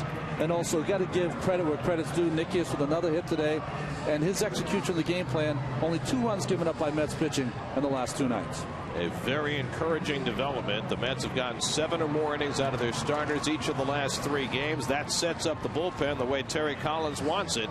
And Izzy and K-Rod did the job with a hitless 8th and 9th. And the Mets now 7-13 and trying to point themselves in the right direction. They take the opening game of the series with the Diamondbacks. Your Audi game summary: Mike Pelfrey gets his first win of the year with 7 terrific innings tonight. And Ike Davis, with the help of video review, hits his 2nd home run in 2 nights. That gave the Mets the lead, and they never looked back. 2 unearned runs in the 8th, and K-Rod did the rest, striking out Gerardo Parra to end the night. And the Mets finished with a 4-1 win. Back with more from Citi Field in just a